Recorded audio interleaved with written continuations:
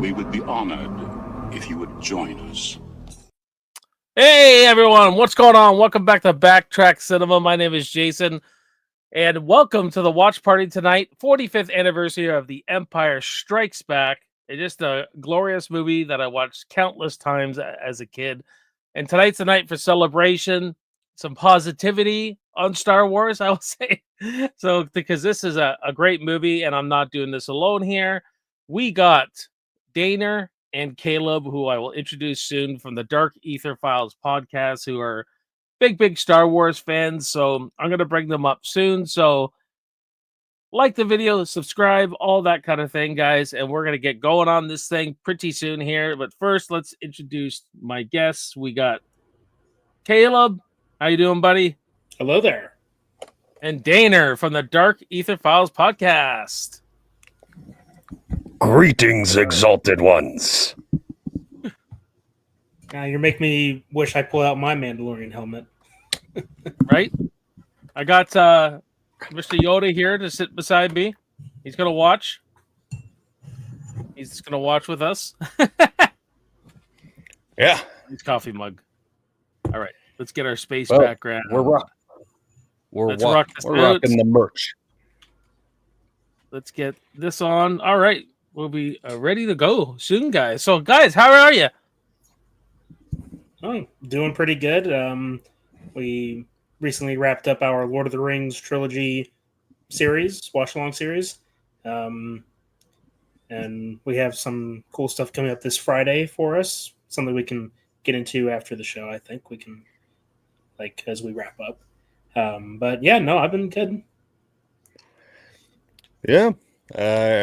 He speaks for me as well. We wrapped up some good shit. And as for what we're doing, well, I got some work of my own to do for the show. And I do mean something. And there's another idea that I might pitch to Caleb that I haven't yet thought of, but, well, I've thought of it. I was going to suggest doing it this week, but it's not too soon, but we'll discuss that. And I think it is something that would be an interesting topic because we have gotten comments, including from you, that we should do more certain types of videos, and I wanna get into that. So I think Caleb knows kind of what I'm alluding to here, but I'll get deeper into that business just a little later. Amazing. I think I know what you're talking about. So, but yeah, it's been a while, guys. I hibernated all winter, didn't do too many lives, but I've been watching you guys, watching everybody else I support, and all that kind of stuff. And yeah, this could be a fun one. 45 years, guys. 45 years. It just can't believe it's been that long. I mean, I watched this movie so many times as a kid, like back in 1983, 84. That's kind of when I was watching this a lot, like when I was really, really small. And I can remember I wasn't allowed to touch the VCR because I would jam the tapes in forcefully, right? Forcefully. And so my mom would put it on for me, and it was something I would watch. Then I would go outside and play. I'd come back in, and she said, "Oh, you're gonna watch that again?" I go, "Put it on, put it on, put it on." And yeah, so it was always a special movie, and I still think it's one of my favorite movies of all time. Yeah, I mean, just very comforting film. Every scene feels iconic to me, and we'll get into a little bit more as we watch this movie, guys. But let me just address some of the chat here. We got the Prince, as I call him. He says, "Aloha, the force is strong with ya." He. How you doing, brother? We got Davey. Davey Deathray says, "Hey, everyone! What a good-looking crew we have here tonight for one of the best films of all time." You're absolutely right, buddy. Absolutely is one of the best movies of all time. And if anybody is watching with us, I do apologize. I usually show the movie with no sound, guys, but I forgot my Blu-ray set is up at my trailer, so I couldn't put it in the DVD player or nothing like that. I don't have an actual physical copy with me right now, except for the VHS behind me. But when you put a webcam on an old tube TV, the colors go all freaking freaky. So I mean, this is a Disney property, so even if they caught that little screen, they could be a little like, "What you think you're doing down there?" What are you showing footage of? Yeah, our I'm not property gonna that lie to was you. I'm not gonna lie to you that I was worried about that. I've showed Mm. a lot of movies before, but I edited Empire Strikes Back one, and I used a little longer than I probably should have a video clip, and they nailed me. And I had to re-edit it. So Oh. don't take too kindly to that stuff. So I think this is just the best bet. So Hmm. yeah, if anyone wants to watch along with us, we are at a long time ago in a galaxy far, far away. And if I have to explain that to anybody what that is, I think you're on the wrong stream, possibly. Yeah. You know, I do want to say something though. As a kid, this was actually the one I had the hardest time watching. And well, maybe I mean, obviously this movie is like top 2 movies of all time for me, but just as a kid back then, it was always just the hardest to watch just cuz so many instances where you're just seeing the characters like well, that's what this movie is. The middle chapter where they're at their lowest point and they are just getting royally fucked in this movie. Yeah. So as a kid, it Yeah. was a bit tricky to watch. That's why Return of the Jedi was one I probably watched the most because like this is the comeback. Luke's kicking ass and taking names, and Han Solo just knocked that guy into an abyss with a toolbox. Yeah, you're not wrong. You're not wrong. I think I don't know. I like the dark chapter, and that was a ballsy move for this time. Like if you remember from 1980, how many sequels were taking Yeah. you to a dark place, a dark chapter, and leaving you on this cliffhanger of holy crap, Han Solo is frozen. Luke Yeah. just got his ass kicked. Essentially, the Empire wins in this, for all intents and purposes. They win, and I think that was something no one's seen before. And I think, like when you look at future sequels, well, sequels in a proper trilogy, like I'll reference Dawn of the Apes for the Apes trilogy. It leaves you in a really dark ending too, and it's kind of like they empired that shit in that movie. So, and I appreciate that. So I mean, yeah. to summarize pretty much every situation with the heroes in this movie is 2 simple words: barely made it. Because Yeah. that happens a lot in this movie. They're Yeah. in a shitty situation, or a situation as I like to call it, but yeah, they're always just barely getting away, whether it's getting stepped on, eaten, or falling to your death. It's, Yeah. like it's all there. But yeah, as an adult, I did begin to realize this is truly the greatest Star Wars movie. It may not be like maybe my first choice if I was stuck on an island if I can only choose one, but it's perfect already. I don't need to say much else on how good this movie is. For sure, man, for sure. So how about we get this thing rolling, guys? I'm gonna count down from 5. When I say play, we'll press play together. Like I said, we're at a long time ago in a galaxy far, far away. So let's do this. 5, 4, 3, 2, 1, play. May the force be with you. There we go. The dark side has begun. All right. Get our classic logo, classic music, and our little epilogue here of what these characters are and what they are doing. See, for me, as far as like my favorite Star Wars movie is concerned, depending on the day, it's a toss-up between Empire and Revenge of the Sith. And one of the big reasons is because I have very fond memories about Revenge of the Sith specifically, like in particular when it came out in theaters. So back in 2005, my father and I went to a midnight showing of Revenge of the Sith. It was opening night, and my dad and a work buddy of his had choreographed an entire lightsaber fight featuring with actual like proper lightsabers that made lights and sounds. And I'm not talking like the cheap Walmart stuff either. I'm talking about Force FX lightsabers. So like real detailed stuff. And they clashed and clashed. They even used fireworks to simulate Force powers. Yes. Wow. Shot actual fireworks in a freaking parking lot for a movie theater. And it was great. We were on the news too. It was awesome. We have our own footage of it from a good old camera. This home video. This better fucking be on YouTube somewhere. Just the news footage itself. It has to be. Believe somewhere. me, we've been looking. We have. Oh, looked I years. believe you. Because there's our glorious ship. Mhm. Oh yeah. See, because the cameraman for one of the news stations, he was getting quite a few good shots. We just could never track it down. We could never track it down. Mm. But we even had the music set up and everything, like actual music from Revenge of the Sith. Like when That's pretty wild story. yeah, It is. it was good stuff. Real good stuff. Now, because of this movie's atmosphere, particularly with Hoth, that's why I would call this the comfort Star Wars movie in a way. Like, this is the kind of movie where, like, when I was living out on the farm with my dad, like, if, like, okay, well, the weather's shit, we can't really do anything today, let's watch Empire Strikes Back. It's the same feeling I get to put the thing on. Oh, yeah. Like, just because of the snow atmosphere and how cold it is. Now, this was all shot up in Norway. Yeah. And all the rebel soldiers and their white winter jackets were all part of a mountain ski rescue. They're mountain ski rescuers. And so I sent Caleb a little documentary, which I didn't finish myself, but it was pretty interesting because Mark Hamill is the narrator in it. And it was really pretty cool how they filmed this movie and the problems they ran into and all that stuff. Like Luke right now is sitting on a sawhorse, and it's the what is it? The tom is is just a head and a neck basically, and he's sitting on a tom just sitting there, and it's like the editing, right?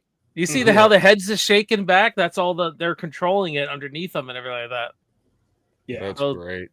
It's pretty cool how they puppeteering and animatronics and. That's the way it's done. I do find it interesting. Caleb, you got that. That's the way it's done. Anyway. I do find it interesting that in the original cut they never actually showed the Wampa.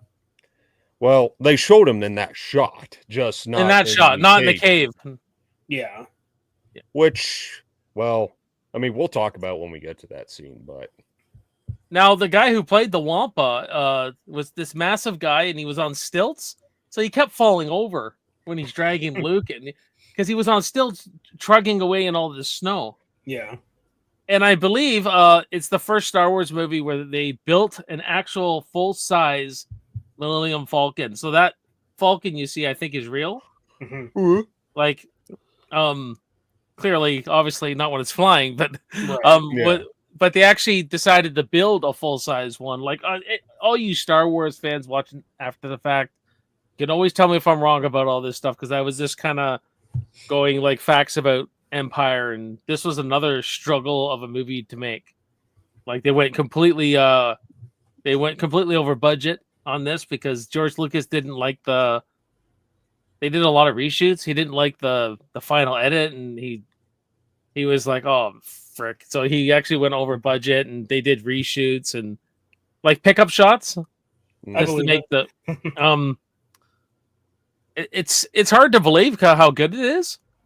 But I guess he didn't decide he didn't want to direct it because of the experience on Star Wars, because he suffered exhaustion and it was just a bitch of a movie to make, apparently. So he said he got Irving. Is it Kirshner or Irving Kirshner? Kirshner, that's it. A guy he respected, I think. Filmmaker of the 50s, 60s, 70s, which I think he did a fantastic job. Oh yeah. I've made no bones about it that I think George Lucas is a great world builder, but I don't think he's a great director with actors and stuff. So I think the characters are a lot more realized in this movie. Yeah. Yeah, I think that's one of the big critiques when it comes to like the prequels and why people will obviously compare it to the original trilogy because of the standards that it's set for Star Wars films. I mean, because just take a look at this, right? The romance, quote unquote, between Han and Leia. Tension, sexual tension. Yeah. And you compare that to Anakin and Padme, and you can see why people love to clown on Hayden, but I'm a Hayden defender. I'm a Hayden defender in the sense that he wasn't directed well, because I think he's a good actor. Yeah, I think there are moments of Revenge of the Sith where he's very good in it, but I think the dialogue just pulls it all down in some ways. But even though it is one of the better Star Wars movies, I'll still say that it still is. yeah. Like for me. Well, see, people like to clown on him because of the way he spoke, as the character. But what we have to understand is that he was trying to emulate James Earl Jones in the way that Vader speaks. Yeah. That's what he was trying to do. And I think that if he was given better direction, then maybe it would have come off a little better. But I'm still a defender. Well, you gotta put yourself in his position as well. Like, he was a new up and comer, and his first big break is to play, Anakin Skywalker, like the guy who would become Darth Vader, and is acting along the likes of people who have already made their mark in the industry, like Ewan McGregor and Samuel L. Jackson. Like, that's a fucking tall order when you think about it. Yeah, very true. I mean, what was Hayden doing before that? Fucking Goosebumps and Are You Afraid of the Dark? He was. Wait a minute. Goosebumps? Yeah. Night of the Living Dummy 3. He fucking, at the very end, he fucking does a head twist like he's fucking Reagan. I gotta revisit it now. while giving his cousins the sorry my lady look. Oh, there's I love this cave, the production design's great. Yeah. Mm-hmm. Movie Jeff says, "Hey guys," I go, "What's up? Hello, what's there. up, Jeff? How you doing, buddy?" Greetings. You're doing well. Thank you for joining. Yeah, you didn't see this, him chowing down on some tauntaun. Nah. I do. I can appreciate that Lucas decided to not go CG here, because he was in that phase where it's like, oh, aren't those little neat effects we could do with a computer? Oh, look at that. But in this case, no, just get a guy in a suit. But at the same time, just like the shark from Jaws, less is more. The less you see, the scarier. And he admits that. He admits that. He said the original cut did work. Like, it worked well but he always wanted to see the monster. He said, I just always wanted you to see it. He said, like, in his vision. Well, I don't actually have much of a problem with showing it, because this isn't like Jaws where it's like we're going to be following this monster for the whole film now, are we? Yeah. Well, so on the one hand... True, but we've already seen just enough of it to know that it's a real threat, even with its short time. Mm-hmm. Also, it's bleeding. Oh, there goes the arm. Pretty bloody affair, huh? You want to hear something wild? Because I'm thinking of Obi-Wan coming up here. Mm-hmm. He did all his scenes in one day. He didn't really want to come back, and he came back for 1 day. Right? Everything in this 1 day, like 4 hours work. You know what he got paid? 0.25% of the royalties of what the money made, or the movie made. Wow. Oh wow! That's what he wants. That's what he asked for, and he's hardly in the movie. I mean, it's no secret that Alec Guinness thought Star Wars was pretty stupid. I mean, I get where he's coming from, but at the same time, dude, you have no idea how much people love your character, played by another actor. I mean, probably be a little bit butthurt for that. Yeah, probably. I mean, I love both Alec and Ewan. Like, they're perfect. And I personally can't really say who one's better than the other, because they're both in completely different areas. Like, whether it be like the Jedi in their prime or Jedi exile, but still has enough of that Jedi wisdom to teach a new up-and-comer like Luke. Yeah, I like how cold this feels, though. You know what I mean? Mm-hmm. And apparently this is a real blizzard. Like, the director told Mark, "Oh no, you got to get out there now. This would be perfect." And he's fucking freezing to death. He's in the walking. Yeah, very Thing like. Yeah. The Thing, The Shining, maybe even Misery to an extent. Yeah, to an extent. Yeah. And these shots of them where the animation, or the, what do you call it? Oh fuck, what's that technique called? Stop motion. Stop motion. There you go. You know how long it took them? Oh, I'm sure it took them a long time. Like, with the model and everything, it like something like 60 seconds of what you see is like a day's work or something like that. It was ridiculous. Like, Well, think about how they did it on King Kong in 30 yeah, years. That's an entire movie. With Yeah. It's John Ratzenberger from Cheers. there you go. Oh, by the way, rest in peace, Norm, George Yeah. Wendt. Mhm. I was watching that fucking clip where they appeared in The Simpsons. Just give me another beer, you brain dead hick. I'll kill you. I'll kill all of you. Yeah, but look at Chewie here. You know, he doesn't speak English or nothing. It's all body language, all growling. I love it. Lets out a big scream. He puts his head back down on the wherever he is against the ship there. Yeah.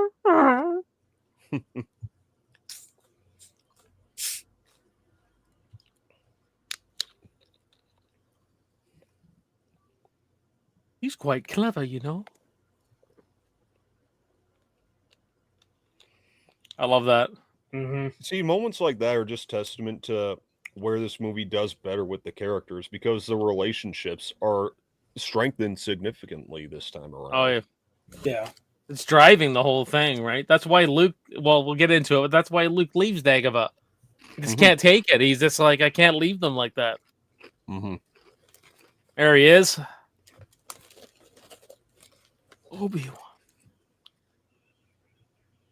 I'm always amazed how many characters are in this and how they all get this equal amount of great moments. Like to do that in a movie is hard. Yeah. You know, that to take like a movie it's only 2 hours. Yeah. Like it's to take all these characters and give them this moment here, Luke's cool moment, Han's cool moment. You get Chewbacca moments. It's just I'm just amazed how they were to displace all that, like with the writing and everything. Yeah. I mean, especially as a follow-up to the original film, you know, having to expand on all these characters, showing the passage of time and such. Yep. The only thing I will say is that it feels like Luke has only been in training for like 2 weeks. But I get it. I get like there's a chase sequence, Han's being chased by the Empire, but I think it's supposed to be more like 3 years he was on Dagobah. I thought it was months. I mean, I knew it was longer than a couple weeks. Oh yeah. I guess you'd have to read the novelization, I guess, to really make sense of that. Or if you want to fill in the gaps a bit, you can dig out your N64 and play Star Wars Rogue Squadron. Which is one of the best Star Wars games ever made, by the way. I just don't know how much he was unprepared against Vader, obviously, but by the time we get to Return of the Jedi, he's like this kicking ass, right? So I don't know how much time really has passed. But you know, it's Empire. I know we haven't gotten there yet, but I feel it's worth mentioning that it's important to show his training and then his subsequent failure. Oh yeah, further showing, you know, what Obi-Wan meant by, you know, patience. Yeah, right? Like, it's earned. It's something that the newer films could have taken tips from. Is that, you know, showing your characters at their lowest points is how they really are defined. Like what really makes them who they are is where you're not seeing them succeed all the time. You're seeing them go through rough times and how those rough times will help define you and refine you so that when we get to Return of the Jedi, you can see how much the characters have grown. And it's like, now he's much more capable, you know? No, well, it's like what Talia in Dark Knight Rises herself said: suffering builds character. That's kind of what's going on here. But even this character here, I can't help but like, whose name is Sev. I don't know. I've always liked this guy. Yeah, according to Rogue Squadron, the game, his name is Sev. But even with Han Solo in this whole little sequence here, like, we've already seen how he's grown since A New Hope. Like the fact that he came back to help Luke. Yeah, exactly. He's not the scumbag he thought he was. but even here, like when like he's not wanting to talk to Leia, but then when he's informed that Luke hasn't even checked in and nobody knows where he is, now he's worried. That's like, well, don't you realize what's out there? Yeah, my friend's out there in it. Yeah. And he goes. He's risking his own life at that point. So nobility in Han is starting to grow because he started off as a very morally ambiguous character, which is why he's shot first, by the way. Yeah. Thank you very much. Should never have changed that. Never. The same way, I know we're not watching that movie, the same way they shouldn't have added Jabba the Hutt in that movie. No, they shouldn't have. Yeah. I agree. In fact, when I was watching it yesterday, I was watching the special edition. When it got to that scene, it's like, skip it. I mean, I laugh every time I see that CGI Jabba because I'm thinking to myself, man, that is one fat ass slug moving around. Yeah. Like, if you think about it, that's pretty much the same size he was in Phantom Menace. When they actually showed him. Yeah. Like, man, he hasn't grown very much, has he? Then we get to Return of the Jedi, and he's like, He's much huge. bigger. But still, waiting to see him until Return of the Jedi just felt like, well, a payoff. Yeah, you have only heard of Jabba the Hutt. Now you finally get to see him in all his glory, and the puppet work on him still holds up to this day. Yeah. I love, even though we find out that, they're brother and sister, I like when she kisses him because she's so spiteful. Like, she's just like, oh yeah, Han, I'm gonna kiss this guy because it will piss you off, and she knows it. Yeah. It's funny because I saw this meme where fucking when she says scruffy looking nerf herder, instead of saying who's scruffy looking, he says, you kiss your brother with that mouth? Yeah, Han Solo's got a sense of duty in this movie. I feel like he has a sense of duty to protect, especially Leia, right? That's where. Well, you get a good payoff in Return of the Jedi with this too. Well, and holy shit, his outfit is awesome. Oh yeah. Well, that's really what his character arc is all about. Is about learning the value of friendship and heroism. Yeah. Every freaking droid in this I love though. Like freaking you know what I mean? Like just the practical effects and everything. These or if they're models, whatever they are. It's pretty cool. Speaking on actors reluctant to be in these movies, Harrison Ford, right? I never figured out, and maybe you guys have the answer, but has he ever given a specific reason as to why he really was like reluctant to be in Star Wars? I have no idea. Like, okay, Alec Guinness has been pretty upfront with Star Wars, but Harrison's kind of like, I don't know. Maybe I just haven't seen enough interviews, or He's basically just, I don't care. This fleet. I love these Imperial starships. The miniature work is fantastic. Yeah. It can never be outdone. Mm-hmm. And there it is, the Superstar Destroyer. What do they call it again?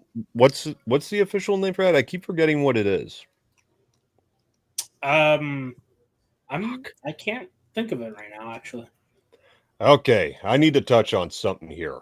All right. A little theory of mine. Admiral Ozzel here. I know what you're going to say. Yes, I'm going to say it up front. Admiral Ozzel is a rebel spy. You think so?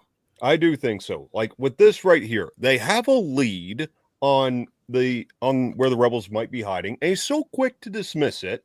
Now watch this. You found something. Yeah, he looks panicked right there. And then keep paying attention. Watch him. It could be a phony. You don't. It's not it's very plausible. He fucking gulped right there when he said that is the system. Like he gulped. Like he looks fucking nervous.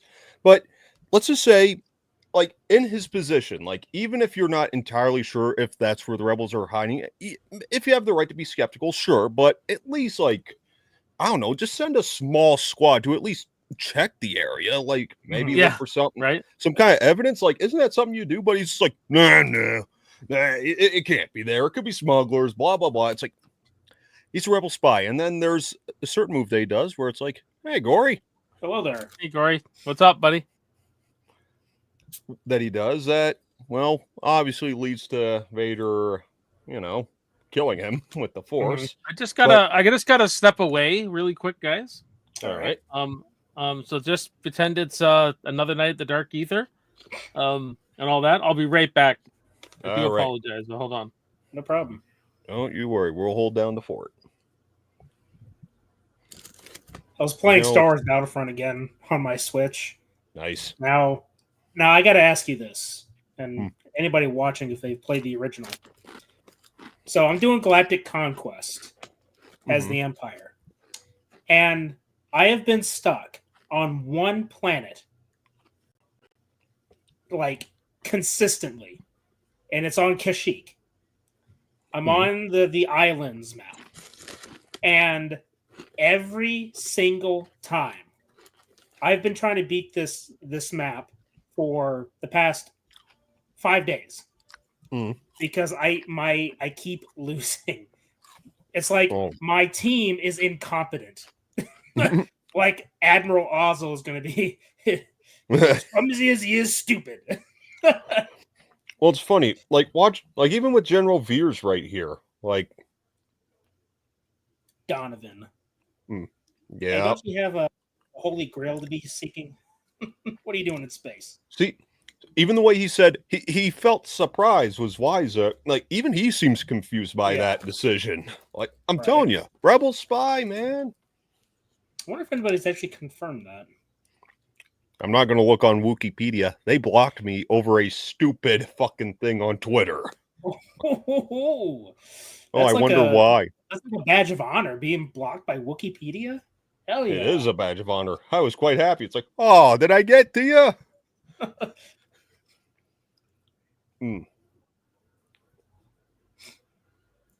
A promotion. So it's a phony. I know. I can't help but think of moments from the Family Guy episode. That's us, ladies and gentlemen. Anytime it's Star Wars, we can't help but think of the Family Guy episodes. Well, I speak for myself and Caleb, but yeah, that's just us. I'm pretty sure one of the characters in Family Guy is like, "Can we get a lecture from someone who's not a woman?" Or someone said something like that. Someone said something. Yeah.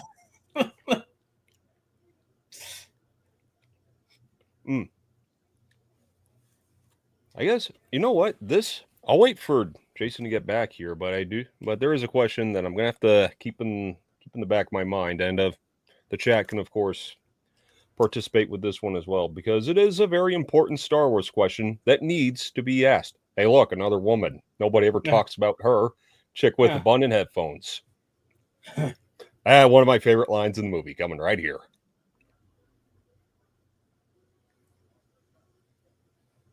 Good. Our first catch of the day. Initiate big titty nipple gun. He can't help it.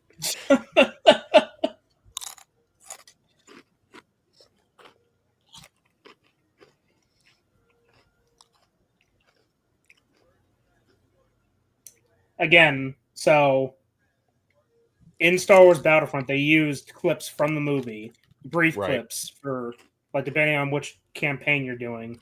And they did it for Hoth. I haven't gotten there yet. I'm close. I just have to conquer the other part of Kashyyyk, and then I'll be moving on to Hoth. Yeah. But, watching these movies and then going to play Battlefront, like back in 2004, just like one of the greatest feelings ever. Oh, like, hands down. Oh, boy. Now, I will say... Anyway. Now, I'll say this. I'll give credit to EA for this. Even though the game kind of sucked overall, it did capture some of the aesthetics of Star Wars. I'm talking about the 2015 Battlefront. So, when they were at one of these gaming conventions, they had released a 5-minute gameplay trailer for Star Wars Battlefront, and it was on the Battle of Hoth. And the music, the sound effects, the look of the map, it's just beautiful. A beautiful experience, and it just took me right back to the movies. It was perfect. Right? It was great. It was great. Alrighty, I'm back. Welcome Okay. Okay. Back to here's my the favorite part. back. So here's the question I had on my mind. Between the three original movies, obviously it's all legendary, but which movie do you think had the best score? Oh, this one for me. Yeah. Well, yeah, I'm gonna give it the edge to this one. Luke looking at the suns, and the first one's amazing. But I really like Yoda's theme here when he lifts the. Well, we'll get into it when he lifts the ship out and stuff. I think that's just fantastic. Yeah. See, I'd say that a majority of Empire takes the cake.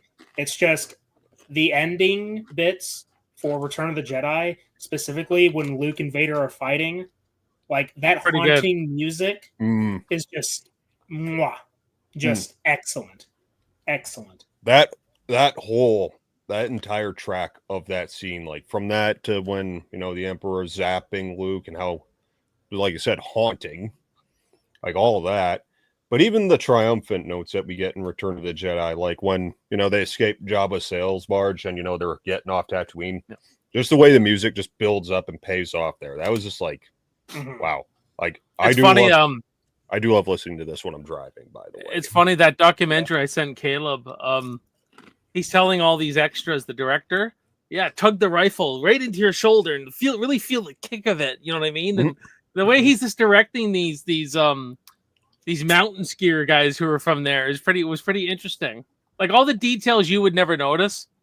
You just see a guy shooting a gun, but to the director's vision, this like the little things he wants to make up this whole movie. You know what I mean? Mm-hmm.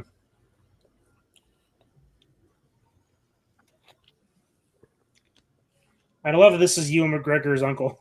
It's so cool. That blows my mind. Right? You would never know. He did come to he was at the convention. I'm trying to remember. It might have been last year. I didn't get to meet him, but I saw him. Had I gone and I met him, at least, I probably would have taken my my pilot helmet and got him to sign that. I love these. I love these walkers, man. They're one of my favorite designs in Star Wars, and that's why I think Rogue One, the way they added all this shit into it, I was just like freaking amazing. Well, you could tell with that movie that Gareth Edwards was a fan, like someone who cared about Star Wars. Well, even how he had certain scenes, like with the walker shot, it felt reminiscent of what he did with that first Godzilla movie. Like, really keep from a visual perspective, it's keeping the audience at very ground zero, almost like you feel the height and weight of those things. I love these. I love these moments too, like being working in a shop for like forever with my dad. You know what I mean? The way Solo and Chewie are trying to put this ship together. And he was like, no, that one goes there. This one goes here. He's like, I can just remember my dad telling me, make sure you do this right. I know the feeling. I relate to Chewbacca as this little, like, he's like, he's a mechanic essentially, right? Right. He's a co-pilot mechanic, right? Fixing the ship all the time. Yeah. Yeah, I've been in that same position, believe me. Hey, Eli, what's going on, buddy? Hello. Howdy.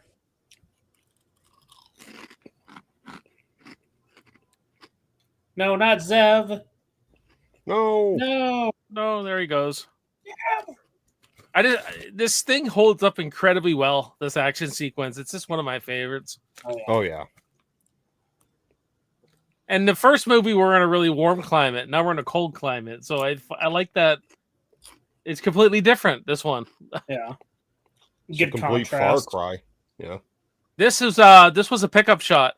They had to bring Mark Hamill back, which he was pissed off about because he just had a baby, and he felt like you could just use a stuntman for this. Why do you need me? And he hurt himself here because when he jumped, he broke his thumb or something like that, or his finger. Oh wow. But it was months later. It was like George Lucas and he said, and I'm going, how did you not have Luke? Where was he then if you didn't have that shot? Right. You just cut like. I mean, just remember, he was in that one car accident, and he had a lot of scars on his face. So maybe you just decide not to do the holiday special with him. Yeah, that's why he looks so different in Return of the Jedi. Mm.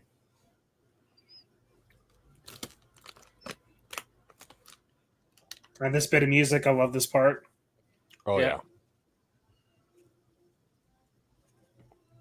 I like My when bu- Vader shows up and he's actually walking through the snow hallways and Mhm. Oh, yeah. the caves and everything like that. My brother Too bad it used wasn't to like have Battlefront. those. It's too bad he wasn't like Battlefront and he was actually fucking in the action and everything. Yeah. Yeah.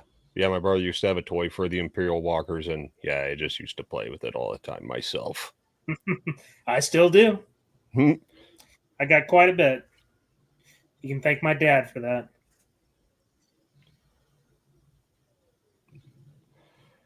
Amazing. Mhm. That still only counts as one. You had to say it. I had to.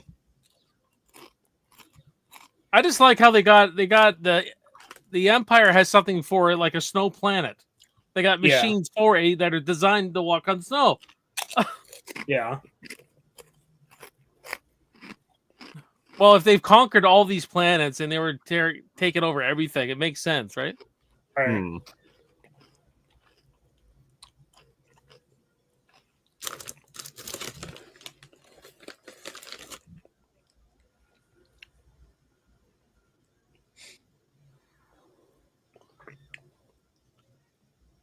Oh, there goes the transport. I got to get her out on the Falcon. Oh, yeah.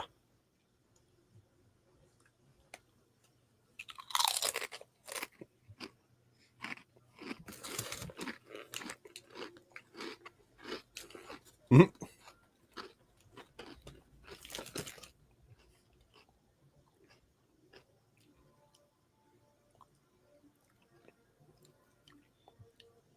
Another cool thing is David Prowse in the Darth Vader costume. Mm-hmm. Mm-hmm. He had a bad habit of leaking this movie, like back in 1978, like 1979, before the movie. Like he knew, so George Lucas pulled a fast one on him. So when he did the scene, he told them a different line. He said, it's gonna say, you're gonna say, Obi-Wan killed your father. Mark Hamill knew what the truth was. Mark Hamill was acting to the line we see, but he didn't tell it to David Prowse. David Prowse gets mad when he watches the movie. He says, "What the hell?" Right? Because he said, because my physical performance would have been so much different, he said, if I knew I was going to say, I am your father. Or, you know what I mean? Yeah. I mean, so he was kind of pissed, but perfect. I think it did. I still think it did, but he got pretty pissed at George Lucas. I thought that was a funny little thing I found out, that because he was at a convention and he told the ending to this movie before it was even filmed, I think. Yeah. Like or something like that. Well, that's probably why at one point Lucas had him banned from ever attending Star Wars conventions, because he could not stand Prowse. I believe it. Yeah, but I assume you guys have seen it. But you ever see like those behind the scenes clips where they're shooting Vader and you can actually hear Prowse's voice, and it's just ridiculous. Yeah. Yeah. Well, he was a bodybuilder, right? He was the size. Yeah. He was the he. I think he adds just as much to the character. Yeah. He's the physical part of it, right? Right. Mm-hmm. Mm-hmm. He had a walk to him, didn't he? Like he has He did. a presence to him. But James Earl Jones just puts that icing on the cake. Oh yeah. Oh, James Earl Jones. We'll be talking about that. I wasn't going to mention that specifically, but you already knew. Yeah. It's hard not to. Well, if I'm already spilling the beans, just call me David Prowse. Well, your name does start with a D, so. That's true. Now these guys are this Falcon, the Millennium Falcon, is in serious need of help, trying to get away. That particular piece of music we just heard, every time I hear it, I always picture the startup screen to the video game on the Super Nintendo.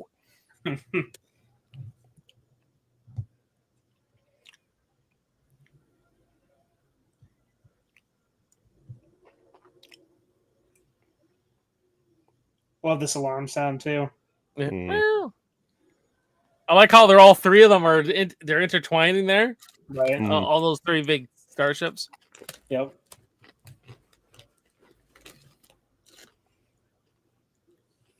Watch this, honey. Watch what? Well,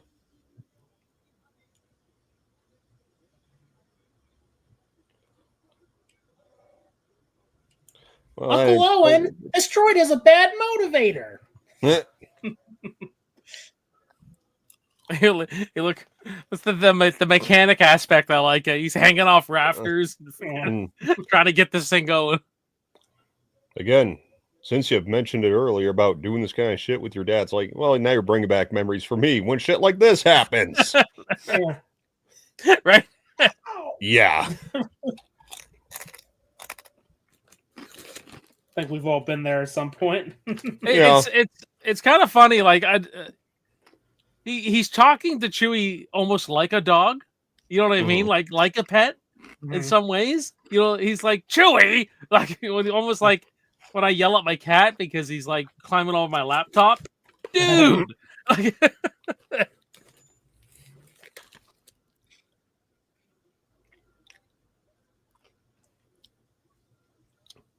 Never tell me the odds.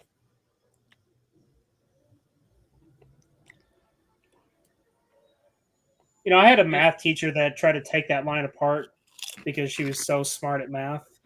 I can't even remember what it was, but it was something. It's like, oh, well, actually, the calculations that he said are not actually odds or something like that. I was like, who cares? It's a statistical analysis. It's, you know, like the people who still like to say, isn't a parsec a unit of distance, not time? Yeah. That's why I look at Star Wars more as a fantasy movie. It doesn't really explain the science behind anything. It's not that kind of movie. It's not Star Trek. And it doesn't really have to. Nor do I want it to.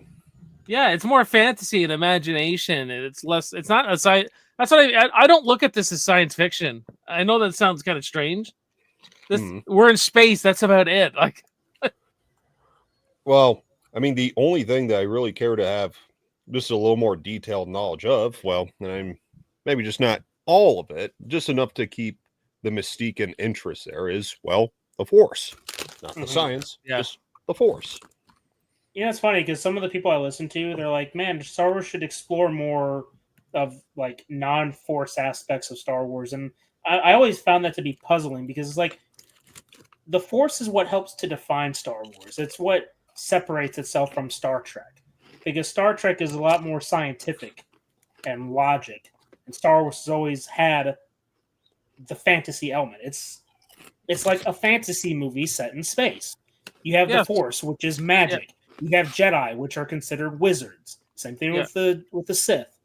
They're wizards. It's all King Arthur shit. That's where he built his lore out of. Like, you know what I mean? That's what George. I think he admits that too. Like, I just always found those critiques to be like kind of, I don't know, misplaced. And in fact, what makes this movie so great too is this is where you actually get to learn about the Force. It's just touched on in the first movie. Yeah, it's you don't know really much about it, like just surface level stuff. And they got to build that, like, wow, what Yoda teaches Luke, like, this is what this really is: good versus evil, dark side, light side. This is what dark side. I guess Sith do. They don't really mention Sith in this, though, do they? And this is what Sith isn't mentioned until really Phantom Menace. Now, here's the interesting bit, though. There is a deleted scene that has Peter Cushing mentioning the word Sith, or maybe it's not Peter Cushing, but it was from A New Hope, where one of the characters on the Death Star in that big, in that circle, in their meeting, they mentioned the word Sith. Someone mentions the word Sith, and I found that very interesting because you don't hear Sith at all in the original trilogy. It isn't until Phantom Menace where the Sith come up. Now, in saying that, I would love to see a movie in Dagobah. Not necessarily Yoda, just like I love Dagobah so much, exploring the planet. Yeah. I don't know if you guys ever watched the show Face Off, where they do a makeup contest. Like they do practical and makeup and everything. So they had to create their own character in one of the seasons.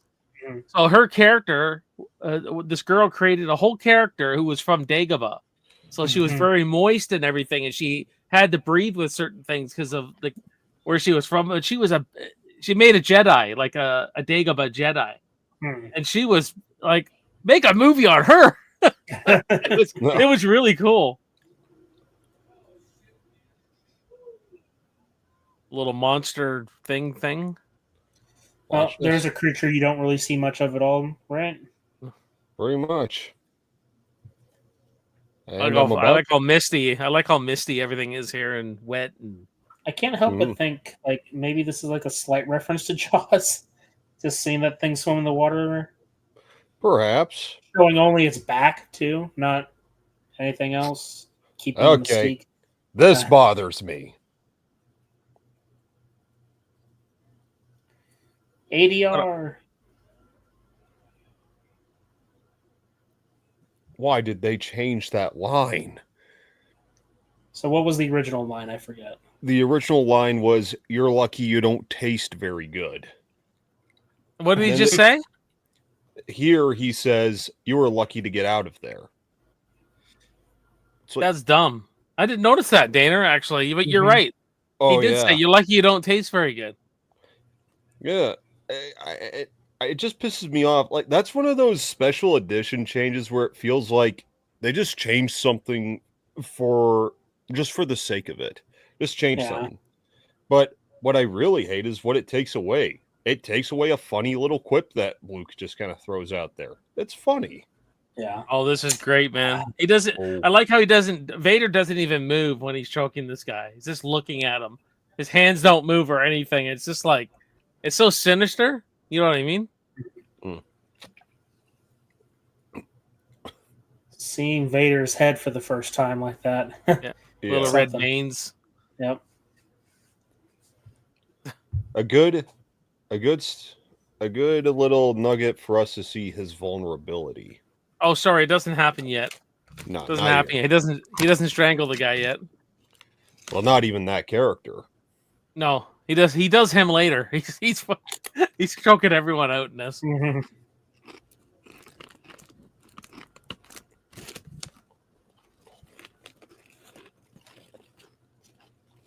Yeah, I really love the appreciation for model work and animatronics and just pretty crazy stuff to what they had to do back then.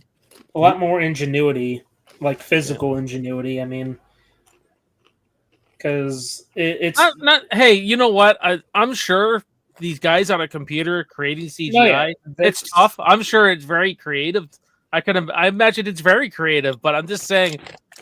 Like, it's just that they're two different entities, aren't they? They're two different talents. Like, oh yeah, that's what I was gonna say. I'm not bashing CGI work. It's just as someone looking at these films, it's nice to know that a lot of the stuff I'm looking at is actually there, like physically created. Like right here.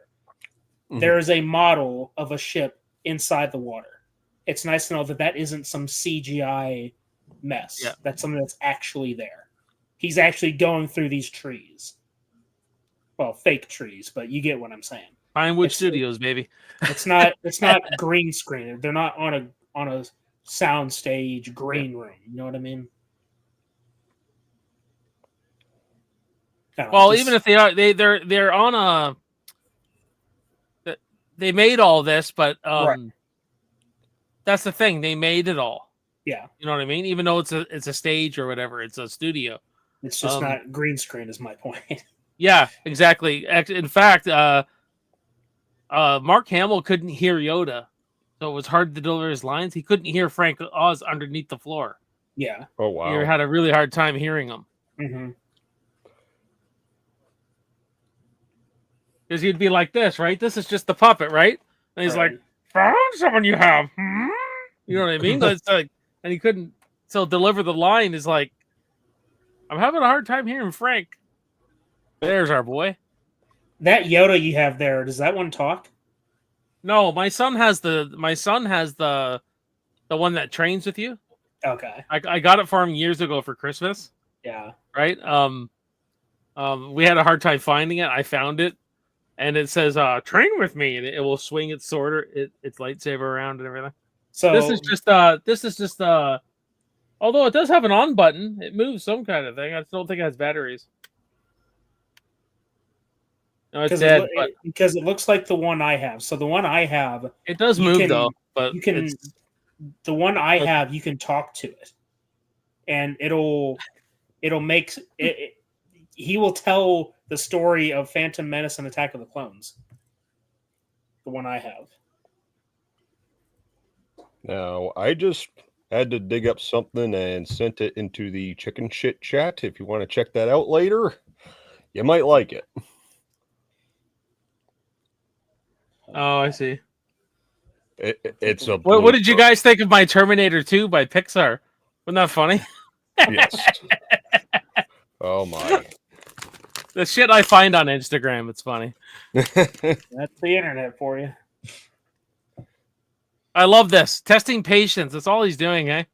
Mhm. Seeing how aggravated he gets.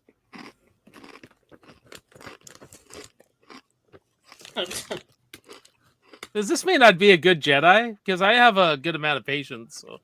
Yeah. Probably. Now, what color lightsaber would you have, though? Green. Nice. That's my favorite color anyway. Green machine. I dig it. How about you, Danner? Well, I mean, I do have Luke's green saber, but I also have Obi-Wan's. So, you know what? I just boil it down to a simple coin toss: green or blue. I'll let fate decide. Now I completely forget. I forget the makeup artist who created Yoda, or the puppeteer or whatever. But anyways, he designed the eyes off Albert Einstein because he wanted to show wisdom, right? And the rest of Yoda's look is based off himself. He used his own face. Yeah. Now originally, Irvin Keshner, he wanted a 9-foot Gandalf kind of character for Yoda. That's how he realized it. But George Lucas thought that was a cliche. That no, we want to do something completely different, right? Which I could understand both those points actually. Yeah. Well, I think it's a good subversion of expectations when you think about a great Jedi Master being someone so short. Yeah, that was kind of the whole point. Like, not just to throw Luke off, but us off as well. Like, you hear Jedi Master, you're expecting someone who would be even just the slightest bit intimidating in physicality, but instead we get a little green puppet who talks backwards. Right. I could have just imagined what George Lucas would wanted to do back then, but he couldn't. I'm sure he would have had Yoda showing Luke like lightsaber tricks if they could have done that. Like, I'm sure that would have happened because I don't think it was needed. The movie still works without it. I think it's better without it.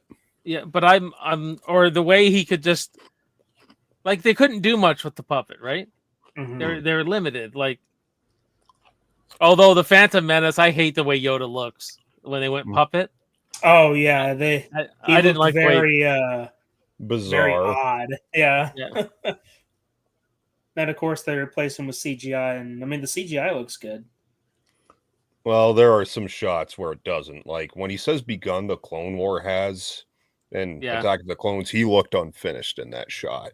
Am I the only one who prefers the Yoda Emperor fight compared to the Obi-Wan Anakin fight? Like, I actually like what Yoda and the Emperor are doing. I love that. Like I just like how Yoda comes in and starts like knocks those guys out, those troopers, and he's like, in a lot of ways, the Emperor is strong, but it's like Yoda's like not even like phased by it. Like when he's actually reflecting the lightning with his own fingertips. If it wasn't for that whole lightning show, I think that Yoda would have won that fight. Yeah, I think so too, man. He had the Emperor on the ropes. Now, that moment right there when 3PO, just basically cock blocked Han there. Yeah. Yeah. I've seen this old YouTube video back in the day where they edited that clip where after Han turns around, it cuts to the part where people's like, oh, no, sorry, I didn't mean to. No, please don't do that. Just to make it, because I don't think that would be out of character. I mean, Han kisses the girl, 3PO interrupts, Han shoots him. Yeah. I don't think that would be out of character at all. He was ready to take Leia to the bed in the back. Oh, yeah. The Falcon. What's Okay. going on, man? Hey, Oracle. Said, hey, Hello gang, there. it's been a long time since I've seen this movie. Hope everything is well. Everything's great, man. Celebrating 45 years of Empire. Yeah, here's the new Emperor. Yeah. Here's an interesting bit of dialogue change. So they did change quite a bit of this dialogue. Now I'm curious, which do you prefer? Do you like the original version or do you like this version? See, because if you're watching Star Wars for the first time, I think that the original dialogue works just a tad bit better because it doesn't give out as much information, whereas this version gives out information knowing that you've already seen the first three. Yeah. Well, and that's the other thing, though. I do prefer the original. I mean, I love Ian McDiarmid. Who doesn't? Right. But I think like people could say what they want about how the Emperor looked in the original cut, but like with the Photoshop chimp eyes and shit. But what I love the most about that look of the Emperor is just how shrouded and mysterious he came off as. Here, he's too brightly lit, and Clive Revell, rest in peace, by the way. I think his voice worked well. I mean, if they wanted to switch the voice with Ian's, I still would have been okay with it, but at the same time, I'm not the biggest fan of how later versions of these movies would switch out actors' voices and shit. Yeah, well, Vader almost showed his cards there too, and that when he goes, how could this be? Like there was almost like, really, almost like he was excited, almost like that seems wonky. Like that's exactly what they did in the How It Should Have Ended, where it's like, what? Where he's like, what? I have a son. And he's going around the ship just telling everyone how excited he is that he's a father. This is our little hobbit house here. Right. I want to live here, man. It's great. Oh no, I'd bump my head too many times in this place. Yeah. Powerful Jedi he was. Powerful Jedi. I mean, if I could live anywhere in Star Wars, I'd probably pick Naboo. Is it weird that I was saying the same thing? I was thinking the same thing. I know, it's pretty. Yeah. For me, it would be between Naboo and... Actually, make it 3. Naboo, Kamino, or Kashyyyk. Dagobah. I'm staying on Dagobah. Hold me like you did by the lake on Naboo. Oh, get out of here! That fucking talking trash can. I can't help it. It was funny. Disgusting. This is great. This whole philosophy and everything is just fantastic. Yeah. This is what this movie shows. Like the first movie was like following your dreams, all about dreams thematically, right? This one's testing those dreams where he's committing himself to the Jedi Order, the new Jedi Order, or being a Jedi. But when push comes to shove and, you choose your friends over this huge commitment, it tests Luke, right? And he's not ready. But, in the way, though, it kind of shows his selflessness. That It's a exactly. good trait to have. See that it's not like a completely black and white like decision. It's Oh, not it's like very, he's- it's very, um, it's very, call it moral ambiguity. yeah. I can't find the word right now. Yeah. Now, Too tired. now, I know I'm gonna feel like an idiot for asking, but you have seen E.T., Yeah. Mhm. It's but been a you while, do you do notice that in this during the Halloween scene where E.T. sees a kid dressed like Yoda, you can actually hear Yoda's theme playing in that moment. You actually do get a little like The Phantom Menace. There's a bunch of ETs in the in the Senate. yeah. the I don't know what it's called. The Senate. Yeah, the Senate. The- Yeah. Yep, the Senate. I like that. I'm not afraid. You will be. You will be. And then Yoda reveals the deadlights. Sorry. It's just when I watched it and Bev says, I'm not afraid of you, and they says, you will be. It's like, it made me think of this. Yeah. Did you see the little trailer they did for the TV series they got coming out this fall? I have not. I'm I did. curious. I watched it. It looks okay. Yeah, it's called It Welcome to Derry. It's a prequel to the two movies that they made. Yeah, it's the '60s, so it looks. Mhm. And so Brad Caleb Kane is the showrunner for that, and he's taken over for the Crystal Lake series. So that gives me a little bit of hope. Going, okay, this looks pretty good. This looks creepy and maybe scary. Let's just hope they don't use that Jason mask design. Oh no, that's just bullshit. That's all bullshit. That shit. They're not using that. Listen, no I frickin' really way. hope not. listen. I'm not a fan of the outfit either. Like it's been a thing since Freddy versus Jason, and it's like every like non Friday the 13th project gives Jason that same exact outfit. They did it in Mortal Kombat. They did it in that multiverse game. It's like, and they even did it to an extent with remake Jason, and it's just like, come on, man. There's better outfits you could get him in. It's like, I don't know. Stay tuned this Friday. We'll have a discussion about it. Should add that to the thumbnail. Now that I think about it. It's not too late. There's plenty of room. That is true. We still got a couple days. By the way, who's going to see the new Mission Impossible this weekend? I haven't seen the last one yet. Oh, I'm very behind in Mission Impossible. Let's just say I haven't been to a movie theater since Nosferatu.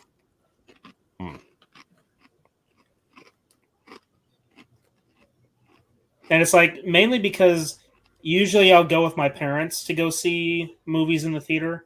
I never go to a movie theater by myself. Like I could. It's just it feels weird to do that. And plus I just don't have a lot of time because of work. well, I'm going to see Mission Impossible Final Reckoning alone. I would On go see it if Saturday. I've seen. I'll go see it if I see the last one.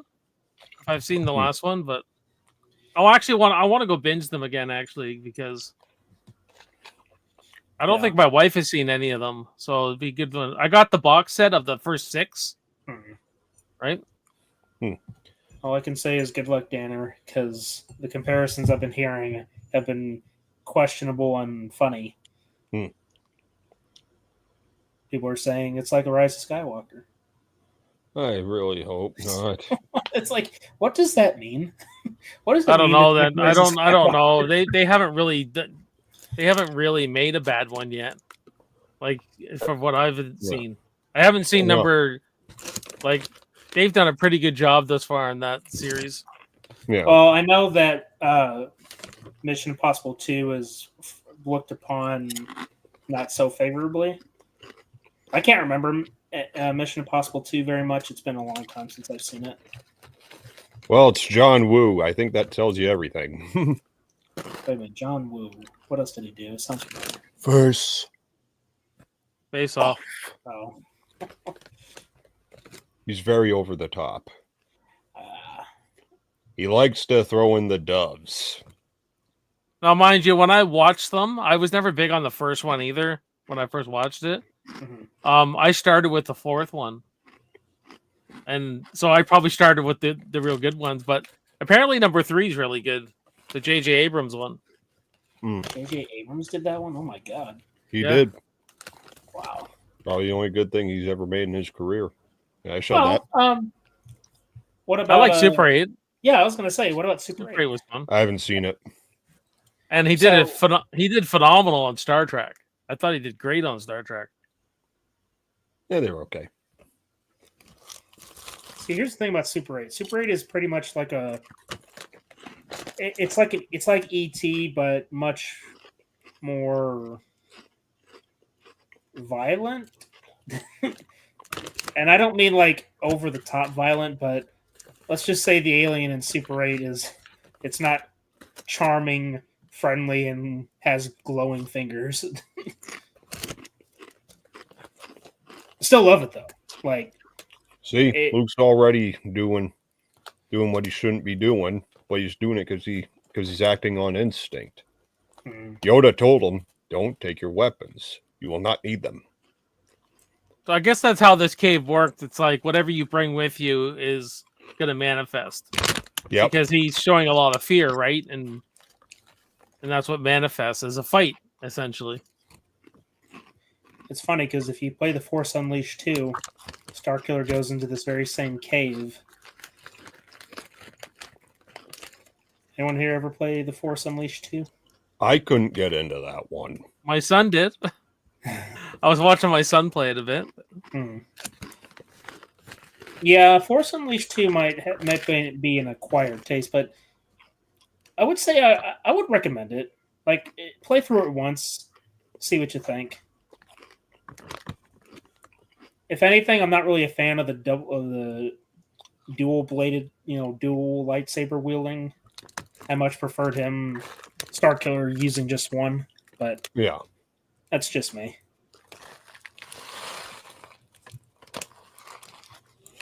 How did Darth Vader get here so fast? Where's his ship? So, back in, I want to say 1995 or maybe 98, back when Kenner was making these, the Star Wars toys, there was a figure that I always kept looking for. And I found it many times, and I think I still have one or two in my collection. But it's of Darth Vader on Dagobah, but you can remove part of his mask, and it shows Luke's face. Ooh. Oh, cool. Yeah, it's a really cool figure.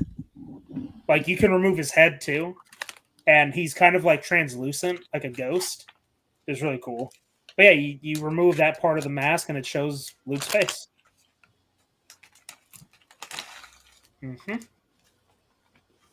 He's like, what the hell? You're leading down the dark side. Which is funny considering the original ending for Return of the Jedi was going to have Luke put on Vader's mask and say, "Now I am Vader." I'm glad they didn't. Yeah, that'd be kind of bizarre.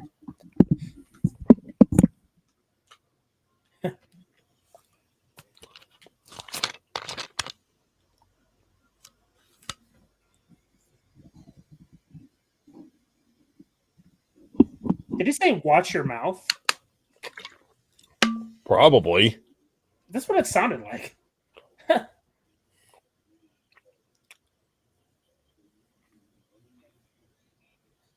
No explosions.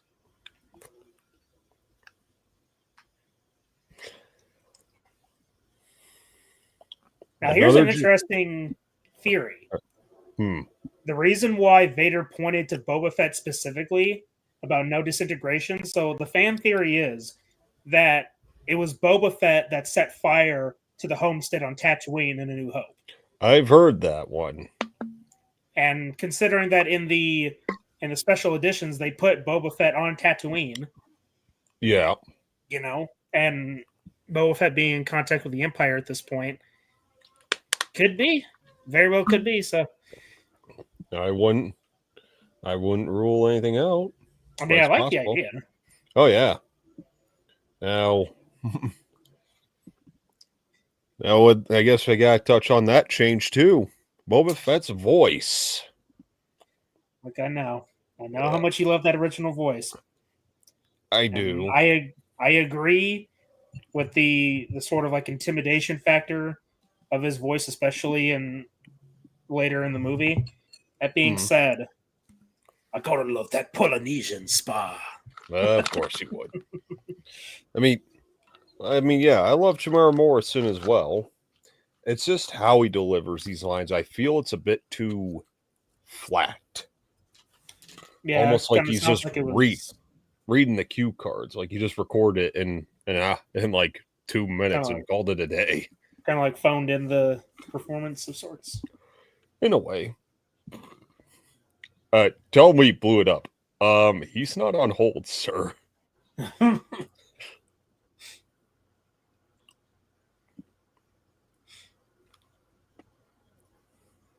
Use the Force.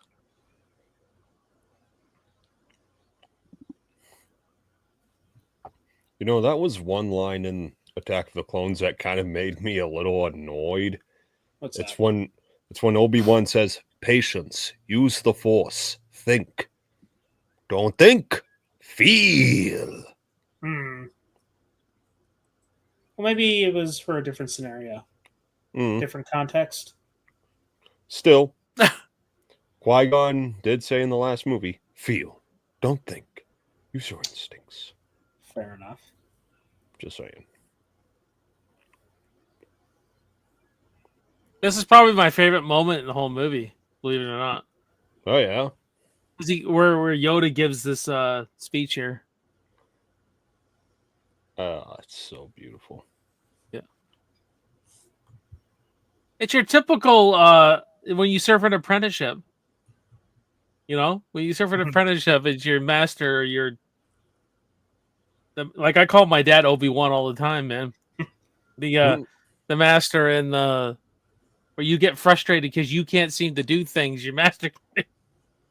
I think if I was in Luke's position, I wouldn't have told Yoda, "You want the impossible." I would have just said, "I'm not ready." Yeah. I'd just be blunt and honest, like I'm not ready. What's happening is he doesn't really believe what the Force is selling. Right. He's not really Yeah. fully. He's not taking the leap of faith of completely believing it. Mhm. And he goes, "That's why you fail, because you don't believe in it." Like, Yeah. not really. You say you do, but you really don't. Like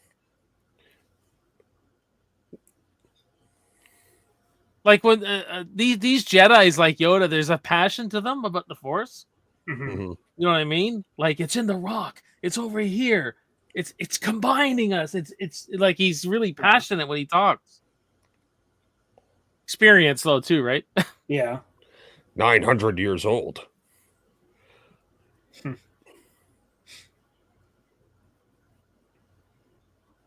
My size, do you? Mhm. It's where the music comes in, Dana, right here. Yep. Get it up. Wow, wow, wow, wow.